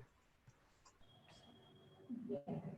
So, the benefit of CSR. The CSR can help in recruitment and retention. When any person go for an interview and ask about CSR, it helps for employee and the company both to work with them. Like Tata, they are known for social value and people love to work with them. To avoid interference in the business through taxation and various licenses required for business, the company who are already in CSR can pursue government and it will help in smoothly working of the company. CSR affects brand appreciation to consumer preference and employee engagement. In this competitive world, every business wants to be unique and contribution towards society can help the company. CSR remains essential to building and maintaining a strong brand image and goodwill. As I mentioned above, that goodwill and brand image is important. The CSR initiative also helps a company from harm during controversial and challenging events. Now further slide will be continued by Mgmt. Last 1 minute, please. Thank you, Sonali. Now I'm going to talk about the CSR strategy which can be implemented by the corporates, and it will be a win-win situation. The first sector is FMCG, where the companies can set up infrastructure facilities, and in return they can get raw materials at a very reduced rate. The second is the power sector, in which they can give some remote area projects for education and healthcare facilities for the development and maintenance purpose. Also, they can use the labor over there. The third is textile, where companies can set up weaving, dyeing, and stitching setups in the rural area, so that people over there can get the employment. Also, that helps in making the women independent, encouraging them to work. The fourth part is IT. Due to COVID-19 pandemic, India has truly realized the importance of digitization. Being a developed country, they can provide soft skills trainings and development programs to the youth and get skilled labor at cheap rate. The other part is the logistics and warehousing. in which these businesses can come up to rural areas and they can get land at a dirt cheap price, and they can also have some employment opportunities like drivers, storekeepers, cleaner, etc. Next slide, please. Hence, I would like to conclude that setting up educational facilities, healthcare, and employment, this can help in creating a large customer base and goodwill amongst the people. It will be a big advantage for both the corporates and the rural areas, hence balancing the sustainability and profitability. Thank you. Next slide. In the end, I would like to thank Sri Shashwat Foundation for mentoring us and making it a great learning experience for all of us. Thank you. Thank you, Karthik and team. It was quite informative. Moving on to the next, I invite Siddhant Ramesh and his team to take over and present on the topic CSR business strategy for the development of sustainable afforestation campaigns. Yeah, I hope I'm visible and audible. Yes. Okay. Okay. Thank you. Very good day to one and all. I'm Siddhant Ramesh, and it is our immense pleasure to be presenting a paper, CSR business strategy for the development of sustainable afforestation campaigns. Today, I have with me Deepa and Abhinav, who will be presenting, and the rest of our team, Ram, Vibho, and Krishna. Before we start, we would like to express our gratitude to SIES College of Management Studies and CASI New York for providing us with this opportunity. We would also like to thank Sri Shashwat Foundation for guiding and mentoring us throughout the process. Now, it is no secret that deforestation is a rampant issue worldwide, which has led to a 46% decrease in the forest cover on Earth ever since humans have begun felling trees. Given these circumstances, it is imperative that we take action, and this is our approach towards providing a solution to the problem. Pankhanda, a small village in the district of Thane, serves as a great example for this case. Through this project, we plan to aid afforestation in the village area and improve the green cover, amongst the other objectives of the project. The key to this is the development of a feasible afforestation model. Now let's take a closer look at the location of this project. That is the Pankhanda village, which is a few minutes away from Thane city. To its southwest is the Sanjay Gandhi National Park, and towards the east is the Hiranandani Estate. The location of the village gives the locals access to forest area, which they can use for their day-to-day needs and is an important source of livelihood for them.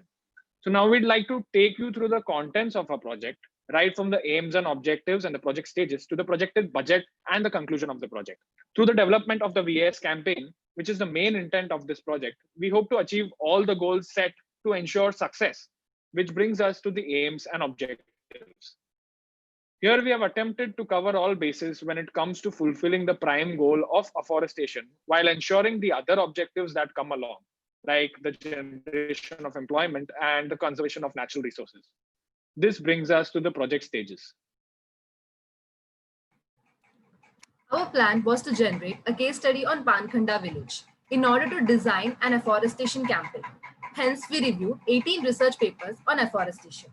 We designed a questionnaire and interviewed the residents of Pankhanda. From our findings, we framed a case study on Pankhanda village and analyzed it, which led to the design and development of an afforestation campaign for Pankhanda. Now, the expected outcomes for our campaign are as follows. Firstly, on a short-term perspective, our goal is to plant 9,000 tree saplings and ensure active participation from the local residents of Pankhanda. Secondly, the medium-term goal is to improve the green cover, which would become a major source of income for the locals by generating employment opportunities.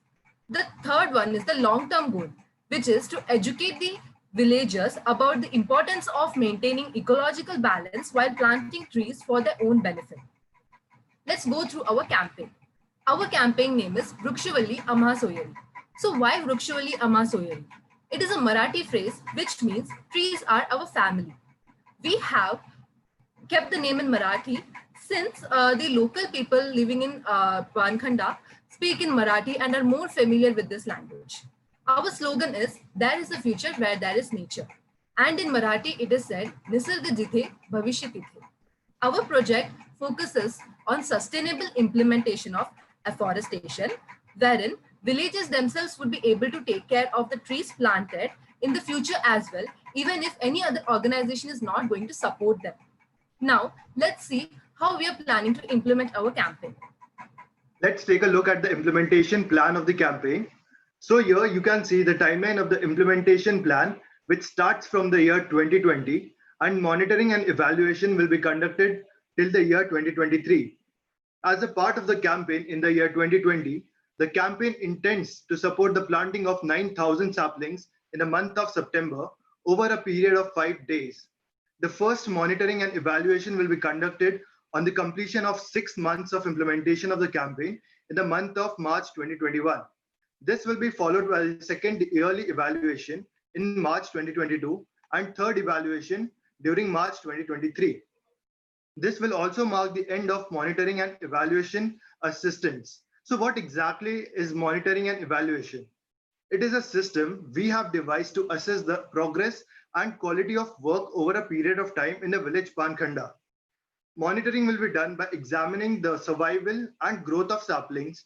A strong attention to detail will be given by tracking the progress of all the saplings. And an in-depth survey of the villagers will be conducted to know the overall impact on the lives because of this campaign.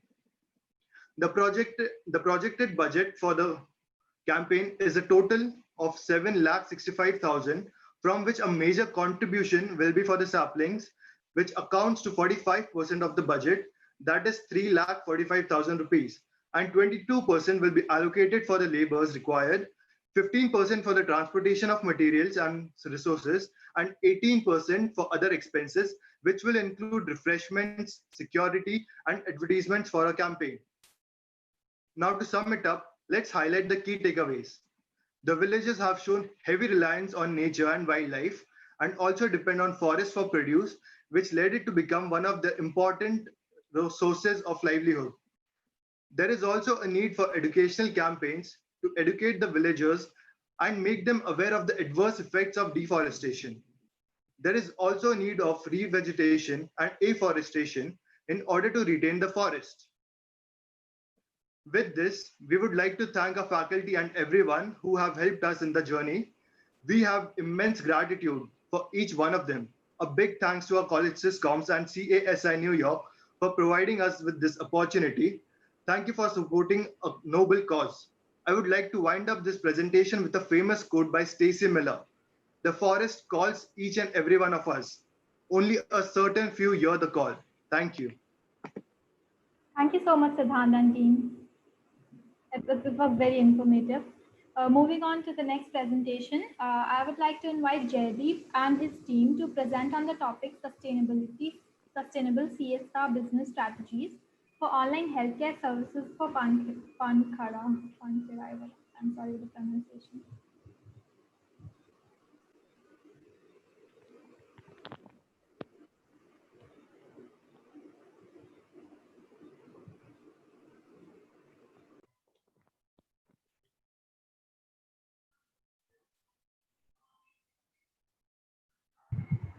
Hello, is my screen visible?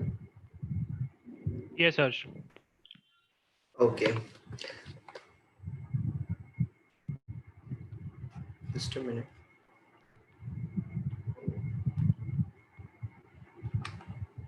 Yeah. So good evening, everyone. Myself, Harsh Pute, and the topic of presentation is Sustainable CSR Business Strategy for Online Healthcare Service at Pankhanda, with association with SIES College of Business Studies and CASI Global New York and CSR Diary.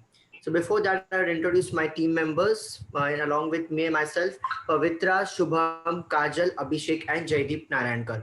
Before my presentation starts, I would like to extend my vote of thanks to Shri Shashwat Foundation, our Director Dr. Vigyan Verma and SIES College of Management Studies for providing us with this virtual NGO internship. Special thanks to Dr. Durga Surekha for constructing and executing this internship. And lastly, I would like to extend my vote of thanks to Mr. Mohan Krishnan, Ms. Shamla Mohan, Mr. Vivek Warrior, and Mr. Subhat Shinde for tremendously motivating us and keeping the project alive. Thank you, Shri Shashwat Foundation. So the presentation will be taken in 3 parts: introduction, methodology, and conclusion. So let's start. So we all know India's population has reached a mark of 1.38 billion, out of which 68.84% people stay in the rural areas, while their counterparts at only 31.16% stay in the urban ones. But the rural areas health issues such as snake bites and cancer, it can be as simple as snake bite to a serious issue as cancer. But the real problem is to diagnose such a great amount of people, only 30% of doctors are available in the rural areas, while the 70% of ones stay in the urban areas. But what is the reason behind? So we have listed down these 5 issues that might be the issues because doctors are shifting towards the urban areas. Poor infrastructure, insufficient housing, poor road and transport, lack of educational facilities for their children, and unavailability of electricity and water. Moving to the second part is the internet presence of India. India ranks second when it comes to the internet market after China, with over a billion people and most of them using it on the mobile phones. So what is the reason that people are using on mobile phones? And not just that, but the rural reach is around 277 million users, which is outnumbering the urban ones. So these 5 are the reasons that we believe are the main things that why the people are shifting towards the internet presence. That is affordability of mobile data, ease of access to smartphones, rising e-payment facilities, online pharmacy, and increasing awareness. Which why the aim of the project is to develop an online healthcare model that will be both implementable as well as affordable for the rural people. Also, considering the current scenario of COVID-19, where social distancing is the protocol that we have been asked to follow, online healthcare is the need of the hour. And in this pandemic situation, it is nearly impossible to step out and get diagnosed. Even doctors diagnose the patients from a safer distance. Hence, studying the present situation and the conditions of healthcare facilities at Pankhanda, the model was derived. Which is why the objectives we have developed are confirm that primary health services are available for the village people of Pankhanda, build and develop an online healthcare platform, provide accessible online healthcare, ensure affordable healthcare, comprehend the healthcare conditions of Pankhanda, and identifying major issues that people are facing. Now I would like to request Pavitra to take next part of the presentation. Thank you, Harsh. Good evening, everybody. I am Pavitra Nadar, and I'll be talking about the methodology of our project. It is basically in 5 steps, starting from a literature review, research methodology, case study analysis, development of model, and implementation of model. Speaking of the area of study, it's the Pankhanda village, which is in Thane district, Konkan region, and the state of Maharashtra. Starting with the survey and data collection, it is very important to know the current situation of the village. So the target group of our project were the people of the village who helped us to understand their present condition. The doctors and the health hospital staff of the target group helped us in understanding the current health situation of the village. And by interviewing the doctors and the patient and the health hospital staff, we came to know the present situation, which helped us to derive a model. Data analysis. Our location of study is Pankhanda, Thane. Population is 750 people and 150 houses. The male to female ratio is 40:60. The internet services are available and the commonly faced illnesses are common cold, cough, fever, malnutrition, skin diseases, wounds, female health issues and animal bites. The nearest hospital is the Thane Municipal Corporation, Kalwa. Talking about our model, it's Heal Live model. Our whole model is based on a simple motto, that is, it's not a solution if it's not affordable. This is a very simple, efficient and effective online module which can be adapted by any village of India. So it begins with the creation of a self-help group. A self-help group should be created in every village with at least 5 to 6 members and a leader. Now, the training session of the self-help group is very important, and they will be trained with the basic knowledge of computer, internet, and providing first aid to the patients and emergency situation handling training also. The patients will now approach the self-help group initially via call or physically approaching them. The patients will be basically any individual of the Pankhanda village. Now, the self-help group will be attending the patients and providing the first aid in case of any minor casualty, and also take the database of the entire patient and feed them in the computer. So the table will be a rough table is shown in the slide, and after the diagnosis, the medicines prescribed will also be entered by the self-help group. Connecting with the doctor. Now, since this is a very efficient and simple model, the patients will be connecting with the doctor via WhatsApp video call, and this will be initiated by the self-help group. The diagnosis. The doctor will be diagnosing the patient online and providing the necessary medications. Considering the illnesses in the village, the doctor will be assigned accordingly. So it will consist of general physicians, gynecologists looking at the women ratio, and also nutritionists.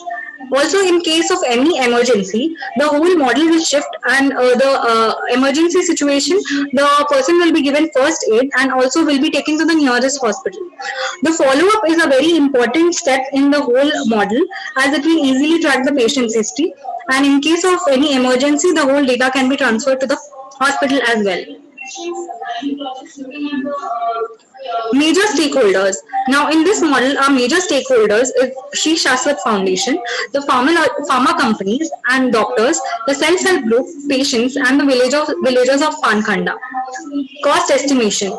Now, since it's a very affordable model, we are charging the patients around an approximate of rupees 40 per patient for a consultation. And as you can see, the total initial investment of the project will be 90,000 rupees. That is just a rough initial investment. As this project is a CSR initiative, the model will require at least 2 to 3 years to gain profits. So the initial investment needs to be collaborated with pharma companies or corporate companies, and we can also give the proposal to the government as a healthcare initiative for rural areas. The whole project runs on the motto of providing easy and accessible healthcare at affordable prices. Now I would request JD to continue with the project. Yeah, thank you, Pavitra. Thank you, Pavitra. Myself, Jaideep Narayankar, I will be talking about conclusion, benefits, and recommendations of this model. Now, talking about benefits of this Heal Live model, a patient can directly consult a physician and he can ask questions related to his health. Patient can book an appointment with the doctor right from his home, and he can also receive treatment at his home directly. Anyone who seeks emotional support are welcome by the group, and whatever patients are whatever suggestions and advice that are given to patients are by healthcare experts. This will in turn build a healthy relationship with the patients as well as doctor. Now, talking about conclusion, the simplicity and degree of practice is extremely much possible for this model. Catering basic healthcare systems, focusing on quality and upgrading the medical care framework, consistent with the requirements of the individuals of the village, affordable healthcare systems. Now, implementation of this model will reduce overall cost that is spent on healthcare, and thus by providing basic healthcare, necessary healthcare, this will improve survival rate of rural people. Now, finally, talking about the employment opportunities, this will this will increase the employment opportunities for the villagers in Pankhanda. Now, talking about the recommendations, creating a self-help group in every part of rural areas across the country will contribute to women empowerment. With help of corporate funding, this model can be adopted as a business CSR strategy. Pharmaceutical companies can be approached to contribute to the model. Government intervention can boost reach of the model across the country. And finally, collaboration with different nearby hospitals and medical colleges with a view of providing internship opportunities for medical students. With this, I would like to thank all the speakers for having us here and giving us this opportunity. Thank you. Thank you so much, Jaideep and team. It was very informative. So moving to the last presenter for today, I would like to invite Mr. Venkatesh connecting with us from San Francisco, and the topic for his presentation is CSR through education and preservation of historical records. Mr. Venkatesh, over to you. Hi, thank you, Anushri. I'll just share my screen.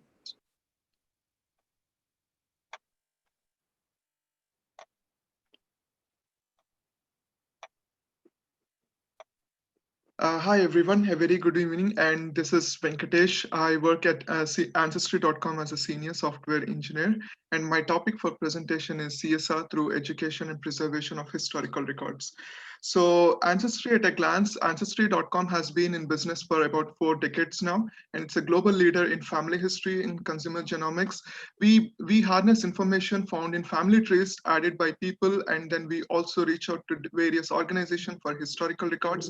And then we also have a consumer product for DNA, where people could submit their DNA samples, and then we would use the DNA samples to construct various family trees, help reach to different cousins or different relatives for the families, long lost relatives.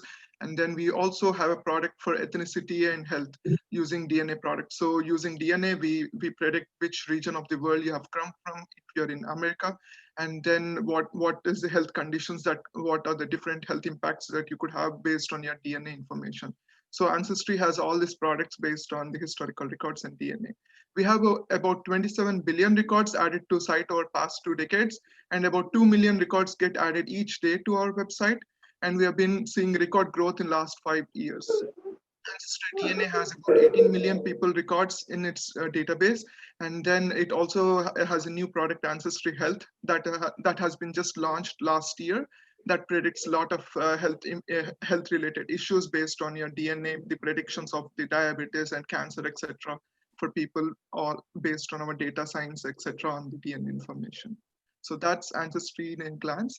And for coming to community impact program, Ancestry basically follows 5 principles in its for designing its community impact program. First is being purposeful. So we believe in having clearly articulated vision and strategy that aligns with our company's goals and product offering. We have all the impact programs that are designed based on our historical records and the tools that we have built over time to search these historical records to make meaningful insights into the history. Second principle that we believe is being concentrated in prioritizing our opportunities by focusing on key areas where we could make the maximum impact. Third principle that we believe in is in the integration of all the time, profit, and resources that we have at company that we could use for our community impact program. And the fourth is being engaging to these programs by having employees participate in various projects that are very useful for the communities around us. We have matching gifts and volunteer time offs for our employees to encourage them into participating in these programs. And at the end of the day, we would want to set attainable goals and have transparent reporting on our projects to make sure that we are going in the right direction and have the right impact that we desire. So these are the 5 principles we have for our community impact program at Ancestry. And our mission itself is built on empowering journeys of personal discovery to enrich lives that is inherently human-centered approach to business that takes social responsibilities in its very founding principles. So all our business is based on the very social responsibility principles. So everything we do actually reflects that. So even the community impact program takes the same approach, and we have the social responsibility in mind. We follow two components in our twofold approach to our social responsibility. One is preservation and the education. I would go more deeper in the following slides. Coming to preservation, we have the digitization effort that is an ongoing effort, wherein we work with various organizations like Shoah Foundation, for example, and bring the various records that are in paper and books, etc., and digitize them so they could be saved for the future.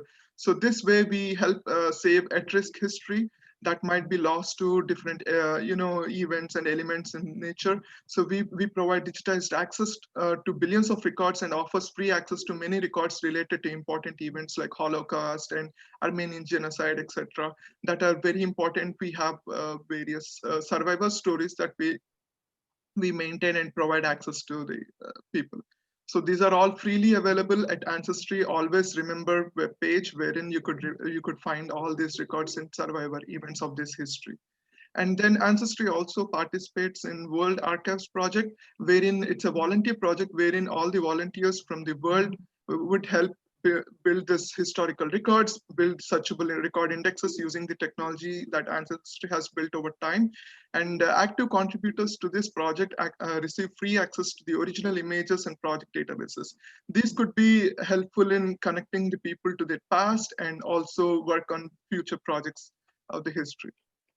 And Ancestry also participates in World Memory Project partnered with United States Holocaust Memorial Museum to create this project, which is the largest free online resource for information about victims and survivors of Holocaust and Nazi persecution during World War II. And this is how we try to preserve the ancient records. We actually preserve records directly from 13th century onwards from various churches around the world.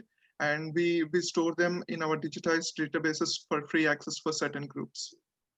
And coming to education programs, Ancestry supports back to school project wherein we provide kindergarten to 12th standard teachers across the United States a free 6-month World Explorer subscription program that provides access to billions of historical records. This program is especially useful for students who would want to build projects based on the historical research by providing free access to teachers and students in the United States. So this is one of the important program that we just started this year. Another project that has been ongoing is the library patterns program, wherein we provide free access to 2,100 libraries across the United States who already subscribed to Ancestry Library Edition for genealogical and historical research. So anyone who won't want to do historical research in genealogy could actually use our records for their data science purposes and to figure out various issues in genetics. Another thing we do is we have employee empowerment groups like Black Roots, Ancestry Women in Tech, and Ancestry Asian Society, wherein we support many employees from underrepresented groups in our company to form communities and support each other, building various programs that also have community impact program. For example, last 1 minute, please. Sorry. Last 1 minute, please sum up. Yeah, sure. So yeah, we also have employee give back programs wherein we participate in housing and tree plantation programs for communities around them. And coming to empowerment groups, Ancestry Women in Tech, for example, conduct SheTech events and Days for Girls events, wherein we encourage the girls in the United States to participate more in STEM education, which is science, technology, engineering, and medicine. Medicine technologies. So we encourage girls also to come into STEM programs. We also have Black Roots programs for African Americans, wherein they would be able to share a lot of shared history and be able to connect to the past, because due to slavery in America, there is a lot of disruption in the history of African Americans. So Ancestry does its best to connect the people from African American background to understand their shared history in Africa. And we also have other groups like Asia Pacific for Asians, and LGBT community is part of Ancestry Queer in Tech, and Honor for military veterans, and Somos for Latino groups. So through various empowerment groups like this, Ancestry tries to participate in the communities around them and support them. So that's about it. This is a case study for Ancestry's community impact program by following the principles that I have mentioned above. And any questions that I can have? I guess we are running a little short of time, so we cannot take questions, but thank you so much for placing your perspective so well. With this, we come to an end of our presentations for today. I'm sure our evaluator must have had a tough time making the decision, and because all the presenters did so well, I would like to invite Dr. Manisha Saxena ma'am to take over and speak a few words. Ma'am, over to you. Thank you, Anushri, and thank you, Rajesh sir, for giving me this opportunity to judge the galaxy of papers. We had wonderful presentations, and it was really difficult to judge. And however, I picked up some parameters: clarity and communication, originality, then theoretical framework that they have adopted, and then the application in the current context, and the logical sequencing of the papers. So based on these parameters, I have given marks, and I have been told by Dr. Surekha that we have to select the one best paper. But I have difficulty in selecting one best paper. Is it possible to have a tie between two presentees? Can I get clarification on that? You are the judge. Absolutely. You can have a tie between two presentees. Okay, thank you, sir. So the first one I would rate Dr. Sandeep Bhanots and team. It was an excellent presentation with a very strong clarity and application, as well as the theoretical framework. And the next best I find is the last paper of Venkatesh. It was something new, something novel, something different. And it also had lots of application part. So this is how I would like to. Yeah. Thank you. Congratulations, Sandeep and team and Venkatesh for getting the best research paper. With that, I would like to pass it on to Dr. Dr. Tambe sir to provide concluding remarks for this conference. Good evening, everyone. Am I audible? Yes, you are. Okay. Yes, Okay. yes, you are. Okay. Good evening. Aligning business strategy with CSR and sustainability. I no doubt it must have been a challenge for a lot of people, but the speakers yesterday and today illustrated the difference well between CSR and Dr. Tambe, you're not sustainability. visible. You're not visible. I don't know. I think my video is muted. My video is muted. I've started my video. Resh bhai, can you unmute that video? Oh. His video is on, but we can't see him. Okay, fine. I don't know what's the problem, but anyway.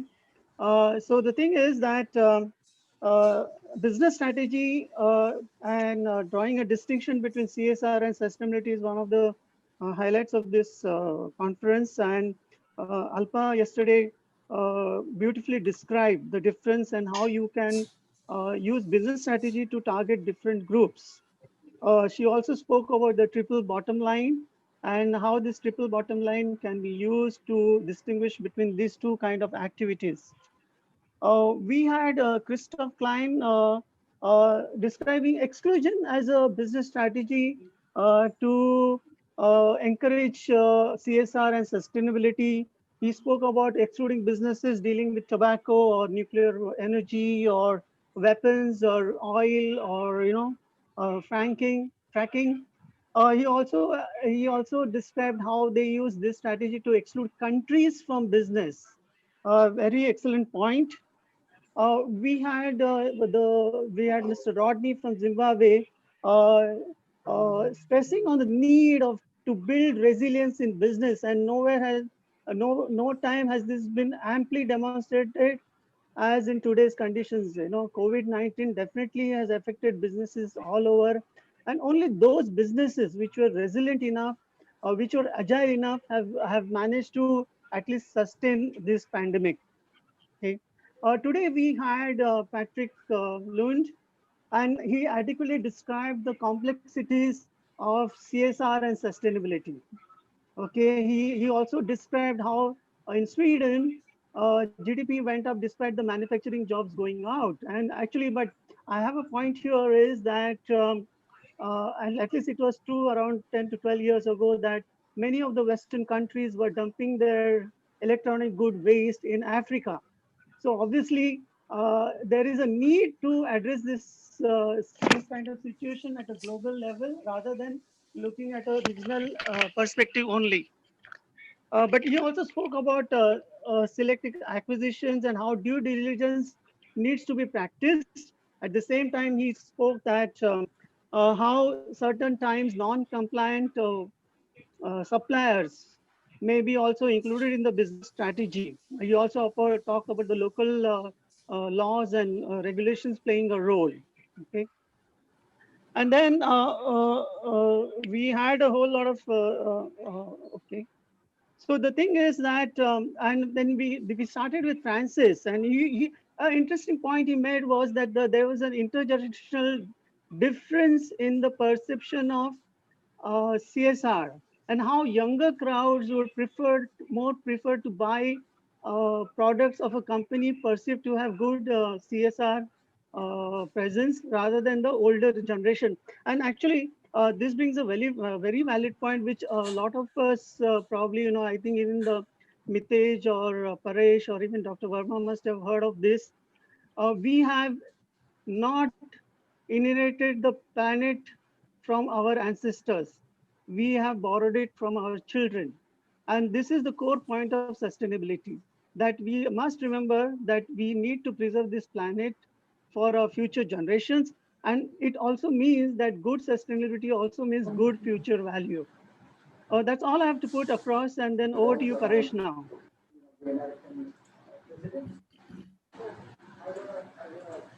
Paresh? No, Mitesh, Mitesh or Dr. Verma will take over. Dr. Mitesh? Dr. Mitesh, you could conclude. Sure. Before I conclude for the day, I request if Bigyan sir or Paresh sir would like to add something.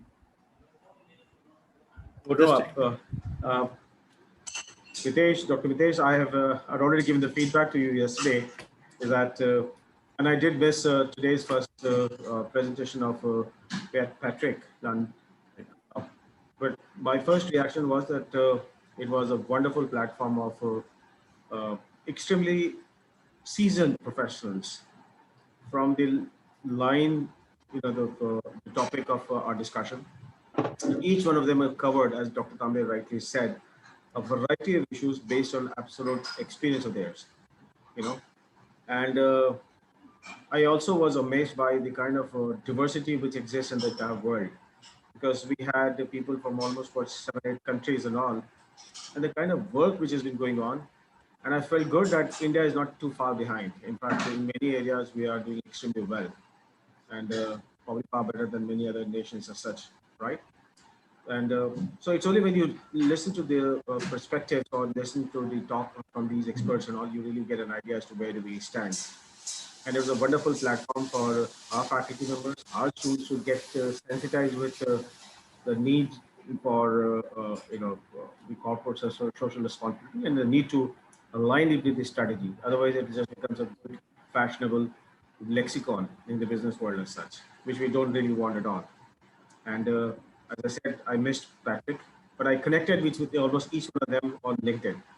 So I will remain. And as we discussed yesterday, Dr. Mitesh, I'm quite keen to discuss further about the opportunities which can be together with the help of our institution and yours, CASI Global, and we can really work together and then do some, at least from the research point of view, we can make a lot of difference. And as you can see, some of these presentations were absolute top class, and so thank you so much, and we enjoyed the opportunity. I'm sure our students also enjoyed the opportunity. Dr. Tambe, your video is on. Yeah. Sir? Yeah. Yeah. Anushri, tell. Yes, so over to you, Dr. Mitesh. So before that, I would like to just tell one sentence. Yeah. This is Dr. Sureka. It was a wonderful presentation on part of the CASI for organizing such a wonderful international conference in joint collaboration with SIES College of Management Studies. We as an organizing team, Dr. Rajesh Nair, Dr. Lalita Madam, and Dr. Durga Sureka, Anushri and Shreya and Sir and Tambe Sir, were really satisfied and rather very enriching experience it was, and we would like to take away the key learnings what was presented in these presentations. Thank you, sir. Over to you. Can I just say Mitesh, one sir. more thing, Dr. Mitesh? In fact, I forgot to add, a month back when we started discussing about, more than a month back when we started talking about this conference, I've been seeing the kind of hard work which has been put by Dr. Sureka and Dr. Lalita and the team members, our students. They're brilliant. They were just absolutely brilliant. And Rajesh also all along was with us to make sure that the entire 2-day event goes on and gets completed absolutely in a very seamless manner.